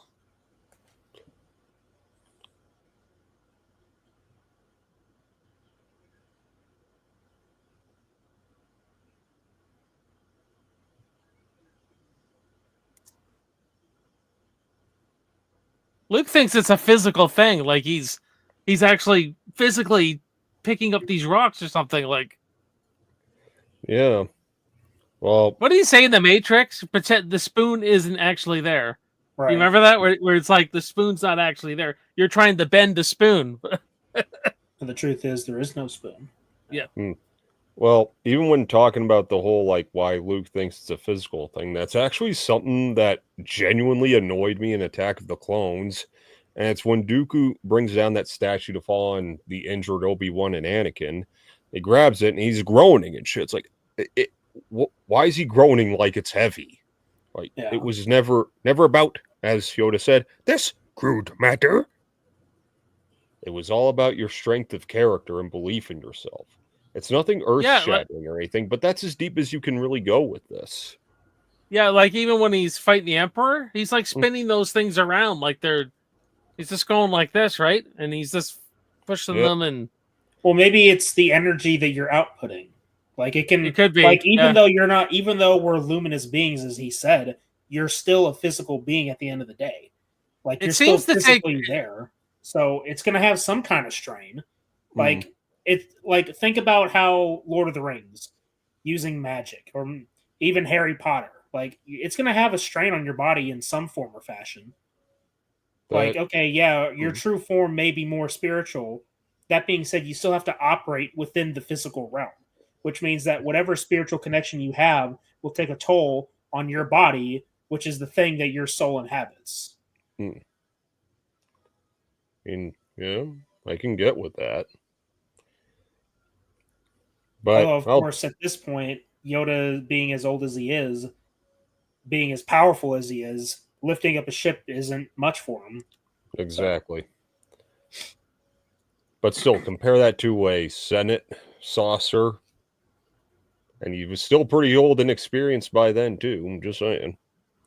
Well, if you think about the time period, so between Revenge of the Sith and A New Hope was about, I think it was 15 years?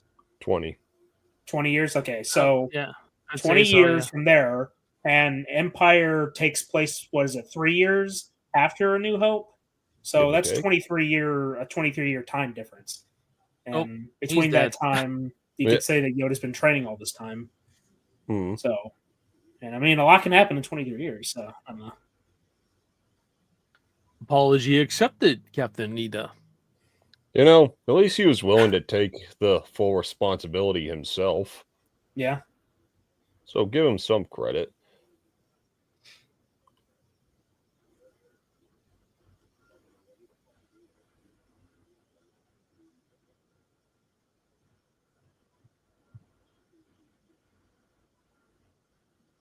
Admiral.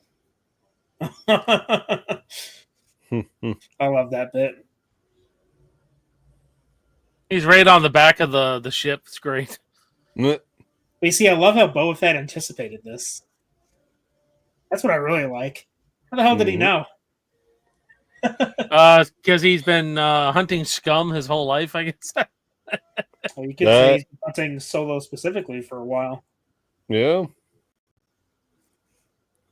I mean, he's already working for Jabba the Hutt, so it's like, Man, Boba Fett. Holy crap, guys. Bathroom break again. Too much coffee tonight. I'll be right back. I'll be right back. Right. Chat's not too busy tonight anyway, so I'll be right back. And I wanted to see that Yoda part and talk about it, so I'll be right back. All right. Fair enough. You know how badly... Oh. Oh, you can still hear me? Okay, there you are. You know how badly I wanted to like that Boba Fett series? You know how badly or how excited I was? It's like Boba Fett being one of my favorite characters in the entire franchise. Bringing back Tamora Morrison. It's like you got all of these good things lining up. You have him coming back, crawling out of that Sarlacc pit like we all knew he would, because that's what they did in the expanded universe, only to do what they did. It's like, man, it's like, is Tamora Morrison ever going to come back to the franchise after that? Because, I mean, on the one hand, I wouldn't blame him one bit if he didn't. Yeah. I would still want him. Yeah. Like, anytime I hear him speak, I think Star Wars. Yeah. Like, especially with, like, those cutscenes where he's narrating in the Rise of the Empire campaign. Right. Yep. What I remember first about Order 66 is just how quiet it was. Not a word. Too good. Hey, what's that ship called? Slave One. Thank you. What do you think I'm going to call it? Whatever they decide to rename it, because everyone just wants to cry about how everything offends them. You know what? I'm Hell gonna make sure to no. get you a copy of Star Wars Bounty Hunter to play it. Yeah. You a copy of Star Wars Bounty Hunter to play it. Yeah. Now, look, it's not going to be like groundbreaking, like maybe Knights of the Old Republic, but man, that was part of my childhood in Star Wars. Star Wars Bounty Hunter.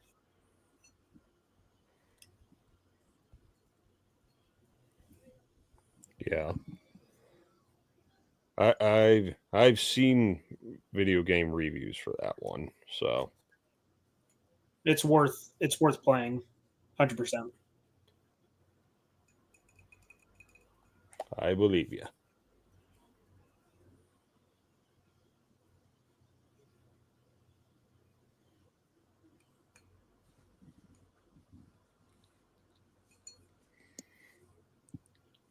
One possible future. Oh, that's right. We're not in Terminator. I forgot.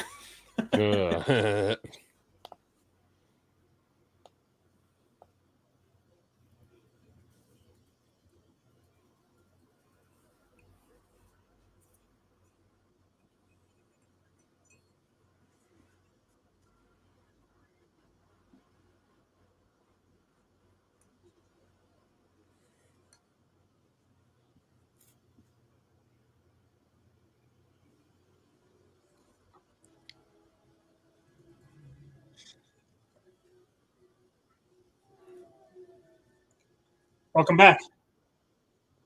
I would not have made it through Lord of the Rings. No.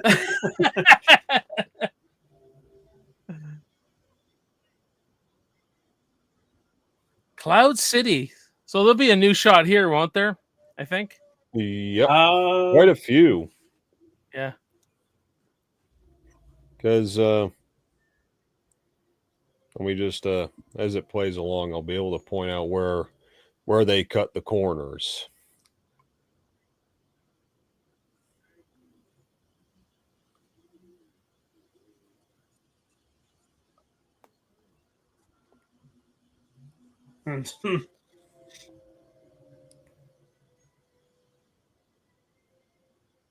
It definitely expanded the world in this movie, eh?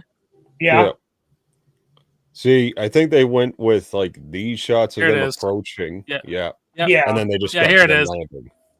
Like this looks just like out of Attack of the Clones. Yeah. Is that a good thing? Hey, man. As bad as the movie is, it was part of my childhood, so I will. Hey, I'm not saying don't it's mind. all. I'm not saying it's all bad. I'm just saying a lot of the CG environments do look very artificial. Yeah. I mean, for all of its faults, I could still watch that movie, unlike other Star Wars movies that have even more faults. But we don't need to talk about that now. We're watching The Empire Strikes Back. I find it fascinating hearing everyone's rankings because they're all different. Mm-hmm. You could watch 50 different Star Wars rankings, and they're all different. Yeah. Like what they got last, middle. I mean, someone told me I was on fucking crack. When I did a short, and they told me this has got to be a fucking joke. Like they with my ranking. So what was it that got them? You want to get into it? Do we really? Well, now I'm curious. Let's just say I respect the New Hope more than I like it. Oh, that makes sense. Boy. I respect it more. I did a review on it. People saw it. I don't hate it. It's just I like other movies more than it. That's fair. I mean, I get it. I can understand that. Now, Caleb would have issues with because I'm not a huge fan of the Phantom Menace or Attack of the Clones, but I do like Revenge of the Sith. We'll see. As long as you're not putting the sequel trilogy above them, then I think we'll be okay. Mind you, I have to rewatch them all too. I'm also I didn't hate Solo like other people did. I thought it was a fine adventure heist kind of. However, it didn't need to exist like at all. Rogue One's my favorite though. Like I like it second out of like. Listen, it's just behind Empire for me. I didn't need to see Han and Chewbacca bathing together. I didn't need to know that Lando had a thing for droids. I didn't need that droid to be put into the Millennium Falcon as like an AI personality, which doesn't ever come up in the original trilogy here. Or at all. There's, Not even the sequels. There are reasons why I refuse to acknowledge Solo's existence. And on top of that, and this is not so much Solo's fault, it's more so the fault of The Last Jedi, but because of the circumstances of Last Jedi, Solo lost money. It was the first Star Wars movie to bomb financially. And that was inconceivable. Like, you asked someone maybe like 20 years ago about a Star Wars movie bombing, like, it's like, you must be on crack. But it happened. And I don't say that with absolute joy. Like, I feel like certain people are like, oh, well, you're just glad that it was terrible, or you're glad that it feels like, no, I'm not glad. This is Star Wars. We grew up with this stuff. Every single one of us here on this panel grew up with it. Why would we want to see it fall? Yeah, no. I don't want to see any of them fall. Or I don't want to see any of them be bad either. But there's just too much content right now. Like, I think it's just overkill right now for me. It's oversaturated with stuff that has become, well, at best, mediocre. Although I am hearing, and I'm not talking just from haters or lovers, or I'm hearing across the board that Andor is pretty good. Like, right across the board. The problem is that there might be a good story in there. It's just the damage to the brand has been done, and it's been done in such a way that people just don't care. And so what that means is, for whatever good Andor did, we're probably not going to see anything like it again, because it's not getting the views that would warrant Disney to make more of that. So, it just shows that did you hear that what the most viewed movie on Disney Plus is? What's that? Rogue One. I believe it. Rogue One got the most viewed, like millions of views. I don't know. I think Gareth, is it Gareth Evans? Gareth Edwards. Yeah, Gareth Edwards. Sorry, I get them mixed up sometimes. I think that's the guy who did the raid. Gareth Evans. Edwards. Anyway, the guy who did Godzilla. Right. He I think Rogue One, over time, I think we're seeing it now, is starting to become like, this movie's fucking good. I mean, I think that's been the consensus, though. Like, even when it first came out, like, it wasn't like a Last Jedi or Rise of Skywalker situation where it's like, it wasn't a movie that divided the fan base. In fact, I'd say it was, since it came out after Force Awakens, there was still a lot of goodwill towards the franchise at that point. Yeah. And plus, it was a good movie. Like, I may have some issues with it. That being said, my issues are few and far between, because overall, it's an enjoyable film that I can happily watch in a marathon with the prequel trilogy, Rogue One, and then boom, right into A New Hope. It's a good bridging film. Yeah. I liked it. I like it. Well, obviously, people know how much I like it. It's one of my favorite movies of that year. It was one hell of a year. It was an interesting one. Put the wars in Star Wars, and then Yeah. Oh, yeah. Yeah, see, there's more of the digital establishing shots. Mm-hmm. Yeah. There's Leia. You see Leia from the window.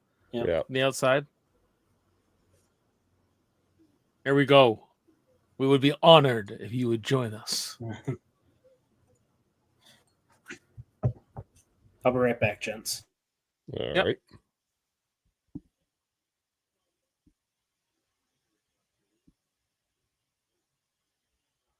Is he now? Is he your friend? I'm pretty sure. But he has a redeemable arc too, though. Yeah.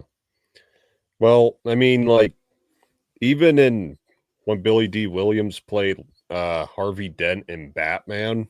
Yeah.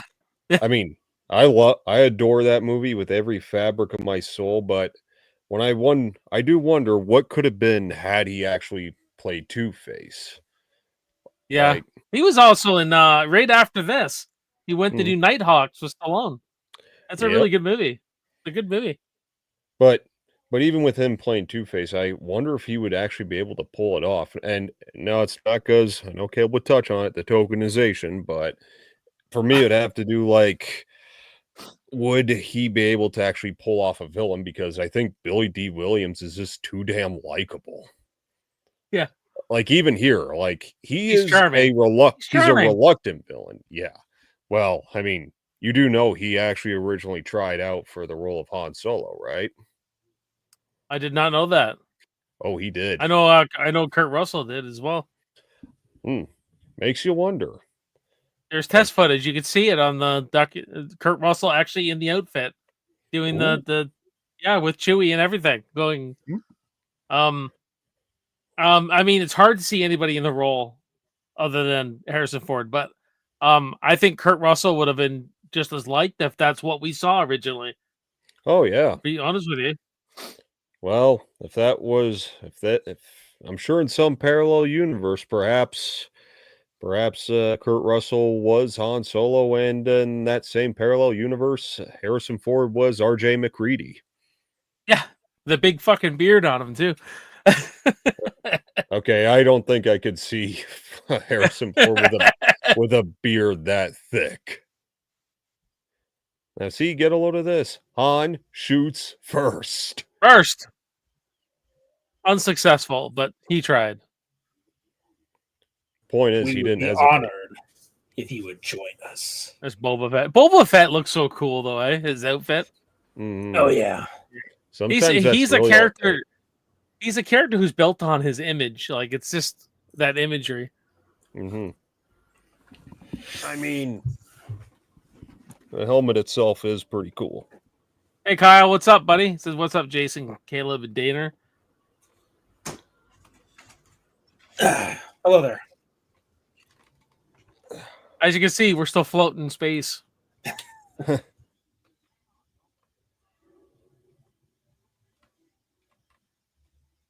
Fuck, don't you find watch parties just fly by They Yeah, do. like this? Well, maybe not the Lord of the Rings ones. No man. Yeah, you basically guys did like 3 double headers essentially. Well, yeah. Well, here's the funny bit. When we were officially off the air the other night, like even though he was still in StreamYard, Michael was lights out. Yeah. Oh yeah, I can He was imagine. asleep. Yep. Once we said our final goodbyes, he fell right asleep. Maybe we need a from dusk till dawn again. Mhm. I don't think I could do it. I'd have to sleep all day for that to be possible. Oh yeah. I wouldn't be able to because I am almost a natural early bird. Yeah, I am too. I get up at 4:30 in the morning. Yeah. Okay. 5 That's or much. 5:30. That's much worse than me. And you're 2 hours. Unfortunately, originally I was supposed to take the morning off, but I couldn't get the morning off. So I just said, you know what? Let's just start at 9:30 if we can. Yeah. We'll try to do that with Superman as well. I'll put it to 9:30, and if anyone's just a little late, we'll just start a little later. That's all. Hey, we'll do what we gotta do. Hey, Kal-El, that child support for Vader got to be outrageous. Yep. Luke, I am your pappy. He says, "What's up, fellas? What's up, buddy? Brother. How you doing?" He's no good to be dead. Again, sorry, but Jason Wingreen delivered that line with such menace. Mhm.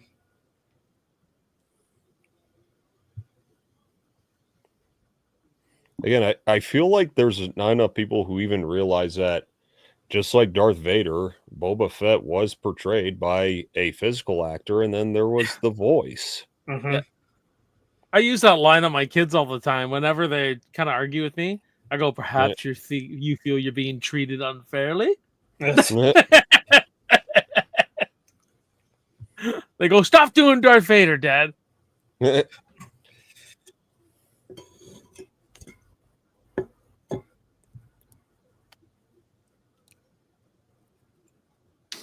I can't help but feel Chewie was laughing at him right there. Yeah. You know, I can't remember every movie from 1980, and I don't know who won the Oscar in 1980, but this shot of Darth Vader waiting for Luke when he's on top of the I don't know what you call it, the platform, Mm-hmm. is if that doesn't win cinematography, just that one shot, the way it's dressed up and everything, I don't know. Yeah. Colossus, you're gonna turn your kids into Anakin. No, I'm gonna turn my kids into George Lucas's son, if you catch my drift.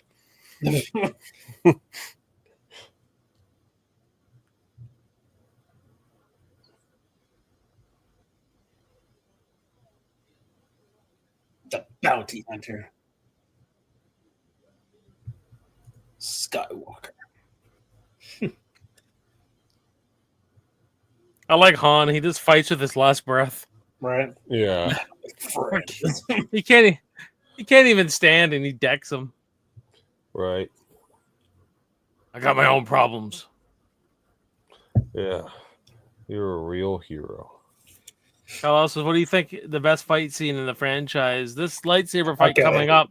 I love this lightsaber. So, For me, honestly, but for that's me, you have to categorize them in two different camps. One is the spectacle, and the other is the emotional.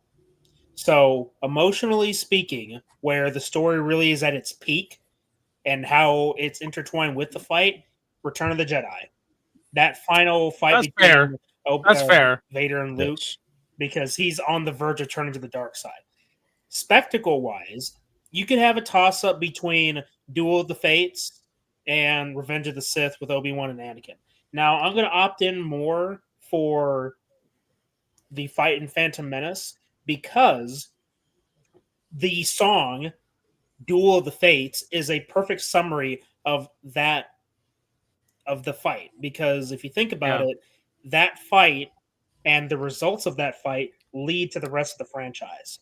Mm-hmm. Because while it's true in the original trilogy, we don't get any mention of Qui-Gon. We don't know if, hey, maybe Qui-Gon might survive this, right? But then we see that he dies. And because of that, he wasn't there to train Anakin to guide him on the proper path. And so Obi-Wan has to sort of pick up the pieces, but he ends up failing in the end, right? Mm-hmm. So I think that the two best in the franchise, Return of the Jedi at the end, and then Phantom Menace, Duel of the Fates. I can concur, especially with how you categorize them. But I might still stick with Return of the Jedi overall. Like, again, mainly because I do feel the emotional weight of the fight is more important than the spectacle itself overall. The spectacle, for me, I would just say is the icing on the cake, but I still want the cake and not just the icing.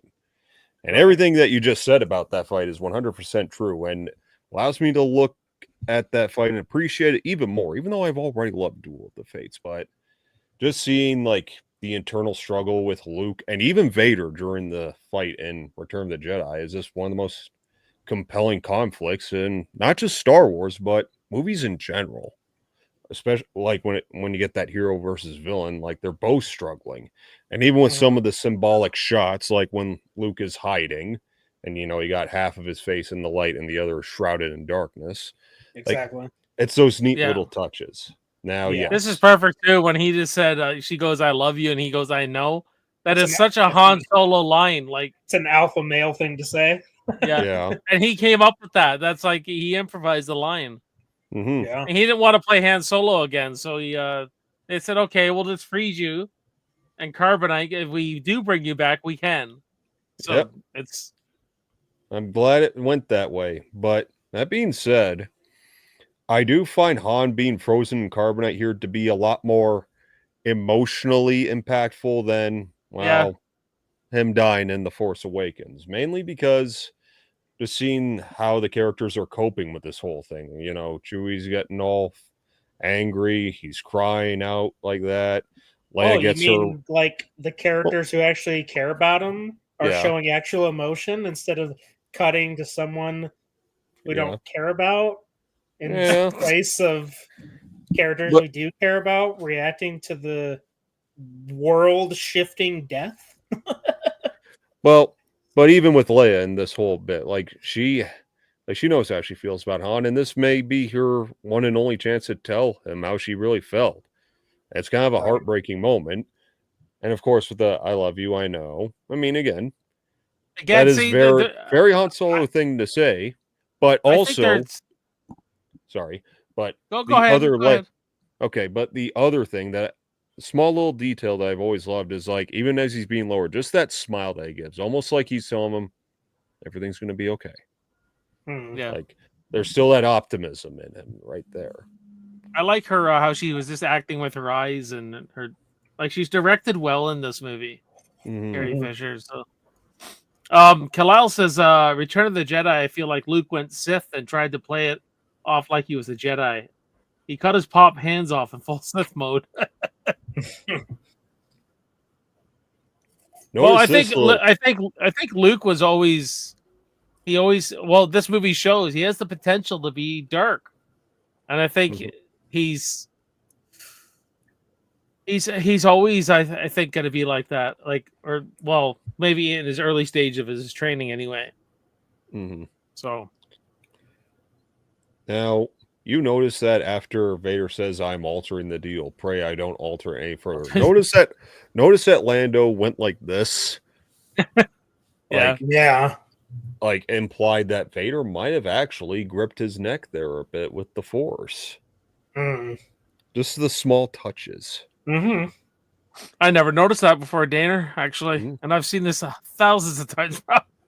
Maybe not thousands, but a lot. I believe Definitely that. some previous history with choking. Yeah. I think. And there's more to come. But it's so great seeing Luke so outmatched here, like how the way Vader's is toying with him. Right. You know what? Small mercies, I guess. I'm glad that the sequel trilogy didn't kill off Lando, because they killed off everybody else, and they killed him off. I'd be like, you know what? I feel like you're just doing this out of spite. Me and Kyle were talking about that on. I did a Rocky series with him. He had me on for all the Rocky movies, and on the last Rocky Balboa, like the final one Stallone made, where he directed it. Like taking Adrian, like killing off Adrian was like his only way to go. But he did it for an absolute reason. It was all to serve a bigger story for Rocky. And see, that's justified, though. You know what I mean? Well, yeah. I mean, when you I'm not a Game of Thrones guy, but the first season of Game of Thrones, where they kill off Ned Stark, like that propulsed the series into greater avenues. Until even then, they screwed that one up. But a lot of people weren't expecting them to kill off Ned Stark. I didn't. I said no way. This has got to be a joke. 'Cause we were really into that show. Yeah, my wife and I, till the last fucking season. No. Yeah. So character deaths can work out in favor of the plot when it's handled properly. That being said, I think with a lot of franchises, like especially with Star Wars, the deaths came more as just kind of like shock factor. Let the past die. Fuck you. Look at this blue and oranges here, man. Like, look at the colors. I love this fight. Yeah. You see how Vader's kind of elegant almost? It's almost a dance, I guess.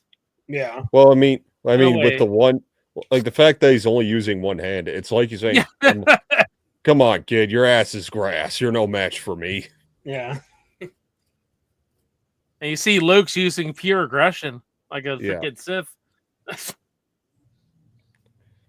Or just an incompetent Jedi in training. Okay, that officer right here, that actually is the guy that plays Boba Fett.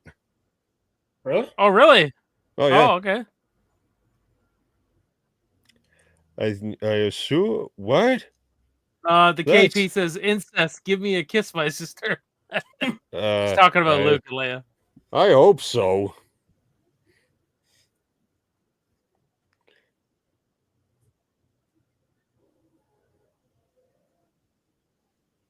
Ha ha ha. He had. I know.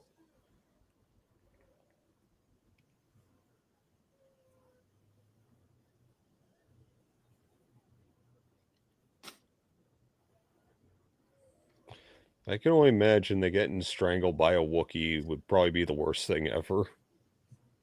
I can imagine that. I love this bit.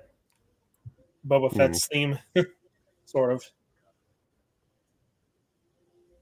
I love that song. I love that bit. Oh yeah. I know.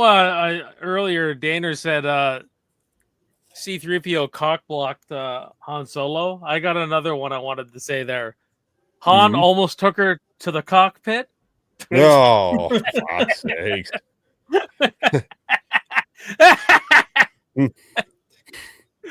Okay. Even these new shots with like the windows and the balcony they just added, I much prefer this than the original. Yeah. Just gives more visual appeal and less claustrophobia. Yeah. Yeah. Especially since the claustrophobia really didn't serve any purpose, at least in the bits with Leia and the crew. Yeah. You guys see that someone did an edit where instead of R2D2, it's R2D2 played by Jean-Claude Van Damme. Oh my god. That's crazy. I'll find it and send it to you guys. It's the stupidest thing ever, but it's so hilarious. Like, it's literally him, I think, from Bloodsport, and he's just like, it's stupid. I couldn't imagine what this twist would have been like back then. Like, if I had a time machine, I would just love to be in the theater at the world Right? premiere just to see their reactions. I wouldn't spoil it, but you know, that caused a butterfly effect. Right? Impressive. Kalal says top 3 Star Wars films. You want a specific order? Because I will just say my 3 are the original trilogy. So, just from best to least, Empire, Hope, Jedi. There you go. Return of the Jedi, not the Last Jedi.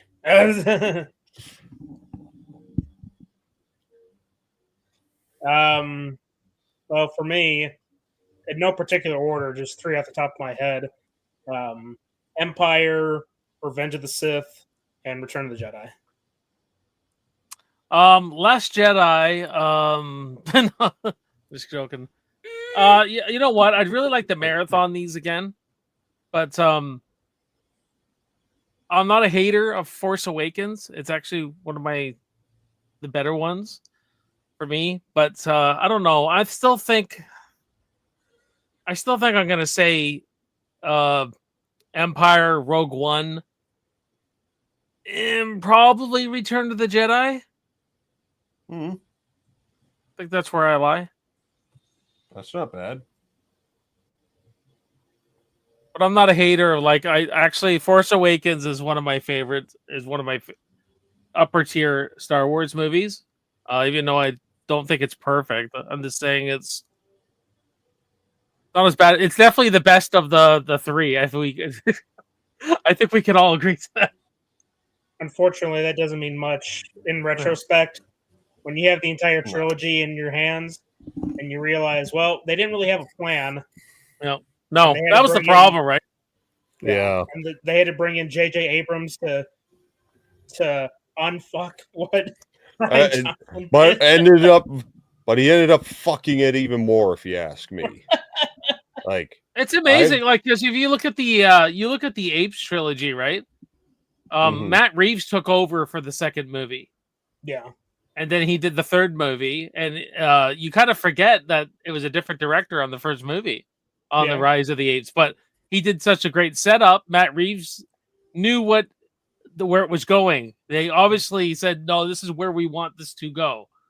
Right? And played in that sandbox where Ryan Johnson did not play in the sandbox he was supposed to be playing in. It's like, I can't tell you how pissed off I was when she hands Luke that lightsaber and what he does with it. I went, what the fuck is going on here? Like, the sequel trilogy as a whole. That's exactly what that is. Yeah, there's a little more there. They actually added those shots of people hearing Lando over the PA system for the special edition, which again, I like to comment on the special edition as that's what I do here. I guess I'm not alone. I got my buddy Kyle backing me up here. Force Awakens is my number 4, and he said, "Well, I don't think Solo is as bad as they say. I can have a good time with it." I'll mention this again. The bar was pretty low with Solo because of The Last Jedi. Again, I'll say this. I already said it, but I'll say it again. I didn't need to see Han and Chewie showering together. I didn't need to see Lando falling in love with robots. I didn't need to see some AI robot injected into the Millennium Falcon. Yeah, but I wonder how much of that was the original directors, and then when Ron Howard came in, he had to reshoot. I guess because there was a big tonal difference. Yeah, there like was. These were the guys who did the Lego movies or something like that. So I wonder how much silliness had to stay in. I don't know. I'd have to dig up the history of that film and see what really happened. But I love Ron Howard as a director, and they obviously someone said you got to come in here and fix this. And I think he, could only. I didn't understand the Darth Maul part. Like he's back, really. Like, yeah, because there you go. Key jingling. That's all it was. What else are we gonna do, right? In a Solo movie, have Darth Maul. Does that plot point really even matter in the grand scheme of things? As far as I know, probably not. Because you could have cut Darth Maul out of that and it would have done nothing. Lando wanted that robo booty. Plug and play, baby. Plug and play. That's funny. There's furries and then there's robies. Ugh. I like the way there's a nice little jump scare here. If you've never seen this before. Yeah. Vader comes out of nowhere. And he comes out swinging. Like he's fighting a lot more aggressive now himself. Yeah. Like enough is enough. Stand down. You're just a little punk ass bitch. We take you out. I love what they're fighting on here, though. It's this huge set. I'm assuming it's a massive set anyway. Yeah. Obviously it is. There's actually sitting on something, so yeah. My fear of heights would be kicking in right about now. Oh, me too. Luke gets a piece of his shoulder here, though. Yeah. Yeah. Now but that was just poking the bear. Oh, it's done.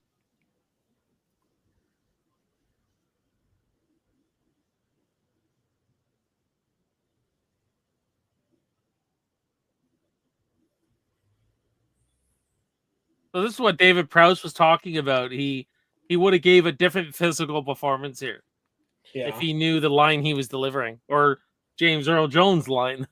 Yeah.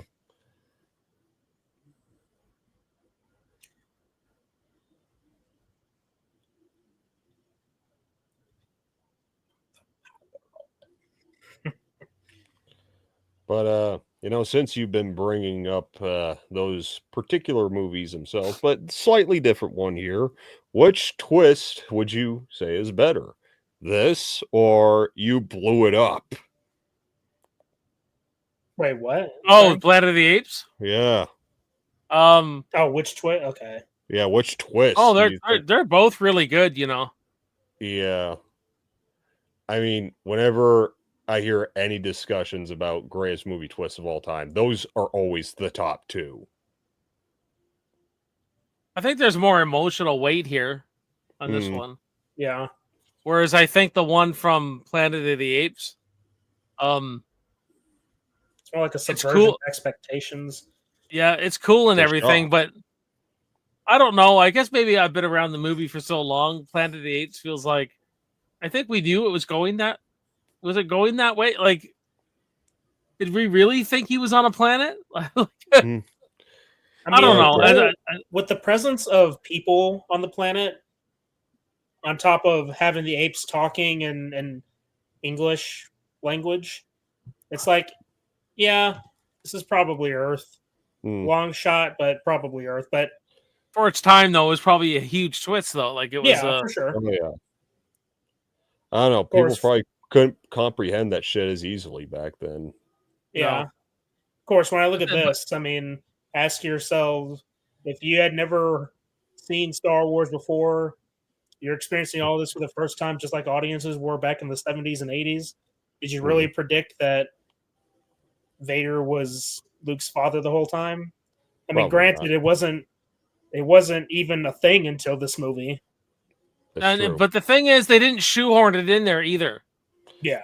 You know what I mean? That wasn't because you got to watch A New Hope, and when Obi-Wan tells him the story, he actually pauses and there's a hesitation, like George Lucas is saying, "Now you got to remember, you're gonna know, like you're lying to him. Yeah, you're telling a fault. You know what I mean?" And you could see it in the performance. So it wasn't shoehorned. They had a plan here. Like like planting the seeds of subtlety. Now, I'm gonna, pardon this pun I'm about to do, but I'm gonna backtrack here because there was one particular moment that we just passed that I wanted to bring up. It's when Luke allows himself to fall. In the 1997 VHS version, they actually have Luke scream when he falls. Now, even as a kid, I've listened to that. It's like, that's the Emperor scream. Right?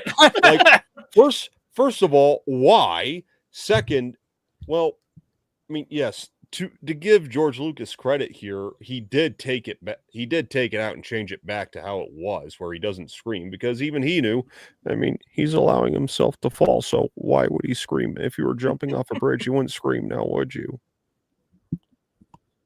So it's like, how about the line change from here? When Vader's going to the way he says, "Alert my Star Destroyer to prepare for my arrival." I don't even know if that was Jones talking. He sounds a little bit more annoyed and less urgent. Like the other one, he sounds pissed. He's like, how do you say? He's like, bring my shuttle. Bring my shuttle. Yeah. And it doesn't even show him going to his shuttle. Yeah. He did. I mean, sure. Remember that Rogue One when he shows up, bring me my shuttle or whatever. Yeah. Oh yeah. The hallway scene, as everyone likes to call it now. Don't say he Vadered. See, that was one of my. I think I'm on a desert island with this. I think Revenge of the Sith should have been split into two movies. I think it felt extremely rushed.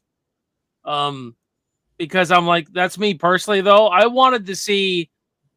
There was this huge buildup of him hunting down all the Jedi Knights, and I thought a good hour was going to be him in Darth Vader costume taking out the Jedi Knight. And I guess my expectations were different. Well, you know that apparently there is a 4-hour cut of Revenge of the Sith that exists or was planned. Like, the battle over Coruscant was supposed to be over an hour long, apparently, in the original cut. Like, Lucas wanted it to be longer, but he had to cut it for reasons. So, like, I just felt like all of a sudden he makes this decision to follow the Emperor. Then the next scene, he's hacking up kids. I'm just like, I don't know. I think it was just a little rushed. I think we need more time for that transition. But it's still a good movie, man. Like, don't get me wrong. Like, I totally understand, because even the ending feels a bit rushed, where it's like, okay, we're gonna part our ways, wipe the protocol droid's mind. I don't even know why they just throw that in there. Have the protocol droid's mind wiped. What? They cut the scene where Yoda too shows up on Dagobah. You see him. You see him land there, and the guy. I think I don't know who it was, the producer or whatever, or someone. He said it was just basically fan service. He says we didn't really need it in there. It was a nice moment though. They said kind of.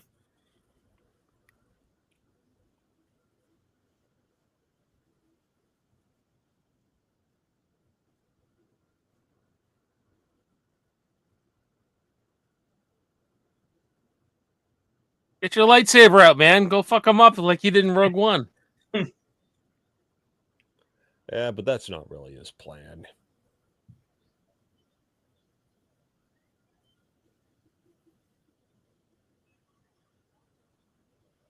Like Daner said, they barely get away here, man. Like this is Well, it's not even just that; it's recurring throughout the entire movie. Whether Narrow it be escapes. from a whether it be from a Wampa, a big fucking son, phallic symbol, and a fucking asteroid. Son, father. Shut up, Meg. Yeah, you Son. see, the fact Follow that me, son. the fact that he said father, like that is already let you know Luke does know deep down it must be him. There's a connection. He's already feeling a connection. Like, despite his denial, he can't really commit to that denial because he knows it just might actually be true. But even in Return of the Jedi, he had to ask Yoda because he wanted confirmation. Is it true? And it is. But in a way, Luke uses that knowledge to his own advantage to redeem him. That's brilliant. And then now it adds all this chaos into the character of, like he says, I can't kill my own father. I can't. So it's fantastic, actually. Like the way they leave this movie.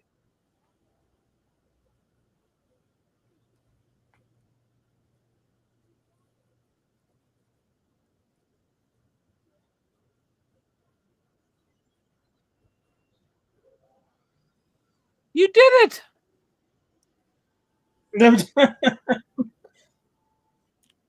I like the look on everyone's face here when Vader walks out by all of them all. He doesn't choke anyone. Yep. I can only imagine how pissed he was at that moment.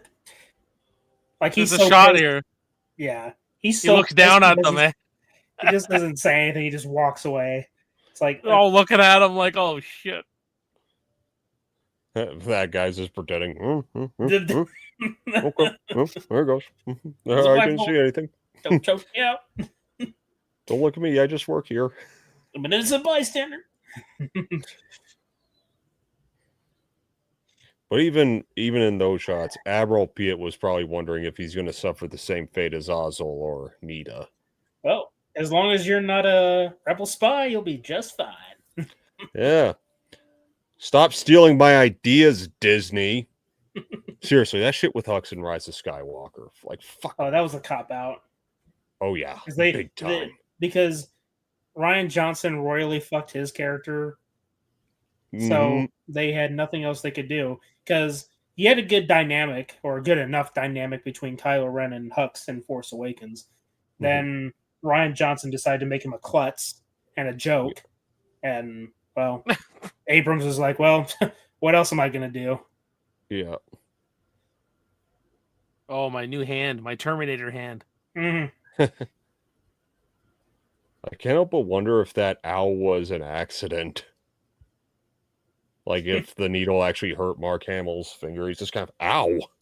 Maybe. By the way, do we need to talk about why Lando is wearing Han's outfit in this final I just scene? noticed that, too. I'm like, he just put on his outfit. Seriously. He probably has... He probably has... Nobody says anything. He probably went to his freaking wardrobe. How did Brian say it? He's like, yeah. Probably went to the bedroom and saw that he wears all the same clothes, so he just grabbed. I mean, wait, really? Again, this is how it ends. I still think I like to think though that it may play into what I was talking about earlier on account of the fact that Billy D. Williams did try out for the role of Han Solo originally. So maybe he was just like, "Oh, can I at least wear the outfit in one scene? I just want to wear it at least once." And there's like, "Okay, yeah, you can wear it in the final scene." Wait, really? Is this how it ends? on a I have so many questions. a very bittersweet note too, but still with a hook that keeps you excited for what's going to come next. Which would be 1983. You had to wait 3 years, and I feel sorry for those people. Mm-hmm. Like, is it true? What will become of Luke? Will they get Han Solo back? Like, I wouldn't mind seeing like some weird edit where they fucking just throw in like that tune in next time, like on like what they did with the 60s Batman for this. It's yeah, that's the Empire Strikes Back, man. Oh, Good flick. yes. Still love it. Still love One of it. the I've always given this great- a perfect movie, personally. I just fuck yeah. watch. It's a in my world A, because I do letter grades. I've already reviewed this movie though, so I think I gave it an A. I hope I did, because that's the way I feel about it. So it's it's a good one, man. A lot of childhood memories watching this one, and can I say it was a huge hit too, right? Like 500 million it made.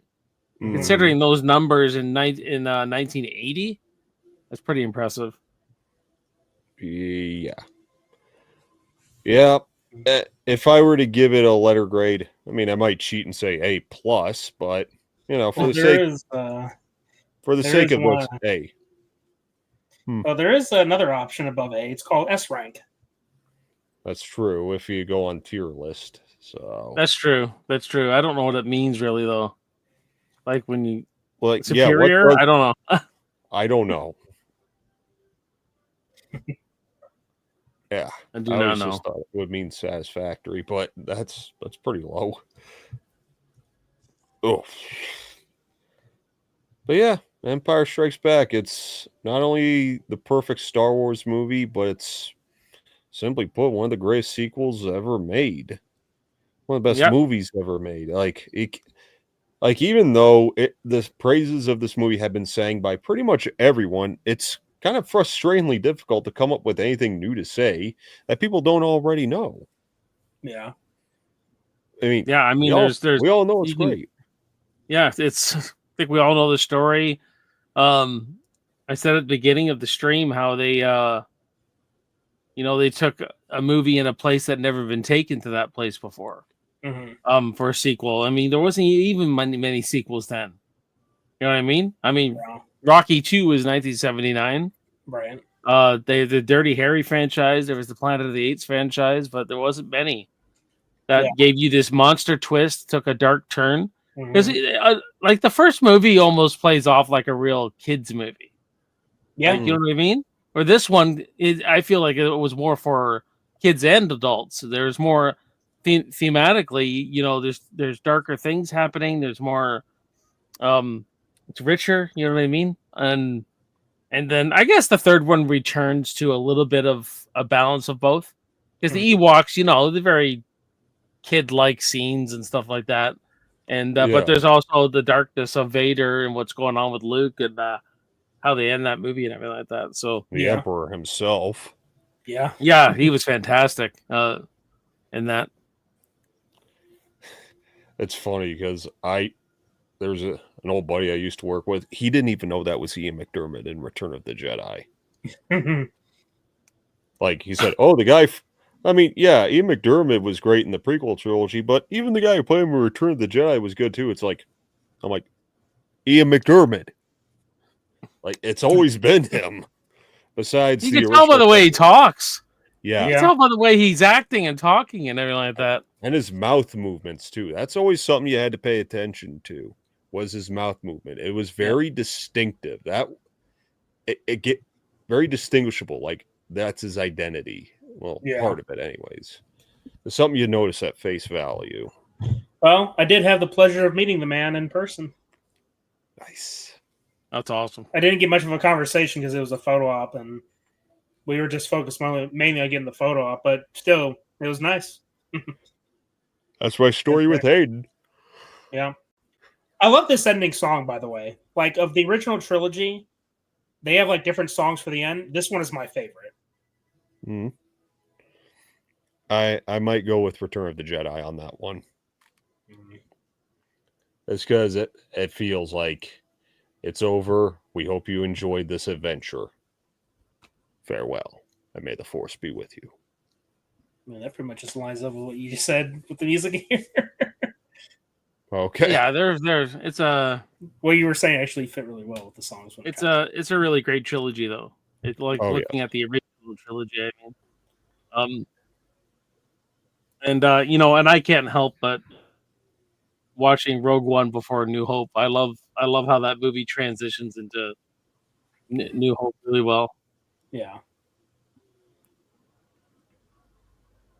Yeah, just thinking about it, I wish we could have met Carrie Fisher because I met quite a few Star Wars actors when I was a kid. Like I'm talking when I was a baby. Like I met the original Uncle Owen. I met the guy that Vader choked out in A New Hope. I met Ray Park when I was a Oh, sweet. baby. Like I mean, I met quite a few. We met Peter Mayhew years later. Just never got to meet Carrie. I mean, we met Mark Hamill.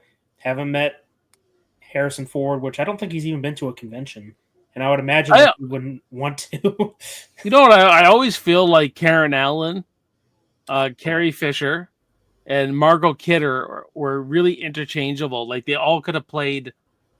Like I could see Karen Allen playing Princess Leia. I could see Carrie Fisher maybe stepping into a Lois Lane role, or like all those three had similar acting styles. I found. Mm-hmm. Yeah, I see what you mean. Yeah. Yeah. Indeedly. But yeah, this whole original trilogy, like it has a lot to do with why I'm even sitting here right now. Like I would not be the movie fan that I am were it not for these movies. And the fact that this movie is now 45 years old, it's like just wow. Where's the time gone? But even looking at that, I feel like this has been an interesting year for Star Wars because this movie celebrates its 45-year anniversary. Revenge of the Sith had its 20-year anniversary and got re-released in theaters and was doing really well at the box office, and they were promoting it really well. And I heard that. I heard it was like cleaning up in the box office. Oh yeah, they took it out of the theaters. I need to touch on that. That pissed me off because they pulled it from theaters before we even got to May 4th. That is inexcusable. I tell you, man, the brain deadness from that company. Hey, you know what, Caleb? We're gonna talk a bit about this on Friday. We're gonna talk about it because it's part of the discussion, and we don't go a single War on Pop Culture stream without even mentioning Star Wars. So yeah, it's you know something though. When I was getting my tickets last year for A Nightmare on Elm Street, when I saw it in the theater, so it was all over Ontario here, every theater, right? And they were selling out, man. Now some theaters weren't as busy as others, so I ended up seeing it. But I couldn't I go, wow, the opening show sold out, and you'll get encore days, so it would play for like 3 days. And that just told me that like a lot of people are into seeing these old movies on the big screen again, right? Mm-hmm. And I'm curious to see what they're gonna have this year because those were the 40th anniversaries last year. So this year they may put Rocky 4 back in the theater and Rambo 2 and Back to the Future. Like that all could be coming this summer, right? So was Platoon 85 or 86? 87, I think. Oh shit. 86 maybe. You might be right. 86 maybe. I can't remember. Well, just a thought. But hey, if these re-releasing movies, these beloved classics in the theaters, I think that's just testament to that there are so many people who will still go to theaters just to remind themselves why they love cinema to begin with. Yeah. I mean, there's a lot of classics I never got to see as a kid in the theater that I would love to see. You know what I mean? So I'm always checking my Cineplex just to see what's because they just did a David Lynch film festival. They did they you could go see all the David Lynch films. They just did that. They had a David Fincher big thing in the wintertime. So I think they're gonna start putting some other stuff out now this summer. So it'll be interesting to see. But Nightmare on Elm Street, the sound was fantastic in the theater. It was really good. Like it was even though it was the 4K version, it's not the original film version. It was still good. You know what I mean? Like, Yeah, For sure. I mean that's a given.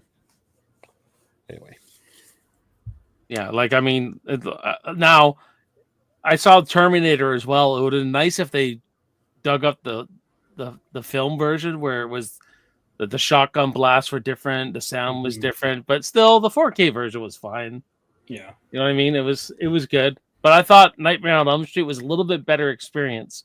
Maybe that's the horror works better in the cinema, probably kind of thing. But Nightmare on Elm Street, I really enjoyed the sound in, and even my wife really liked that. She goes, "That was really good, like on the big screen and everything."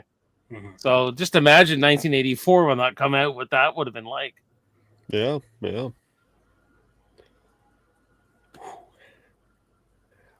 But yeah, I don't know about you guys, but I can wrap this up now. This was fun, guys. Thank you for joining me on The Empire Strikes Back and all that kind of stuff. And Well, thank you for having us. Yeah, for sure. Thank you. No for problem. the invite. If you're watching after the fact and all that,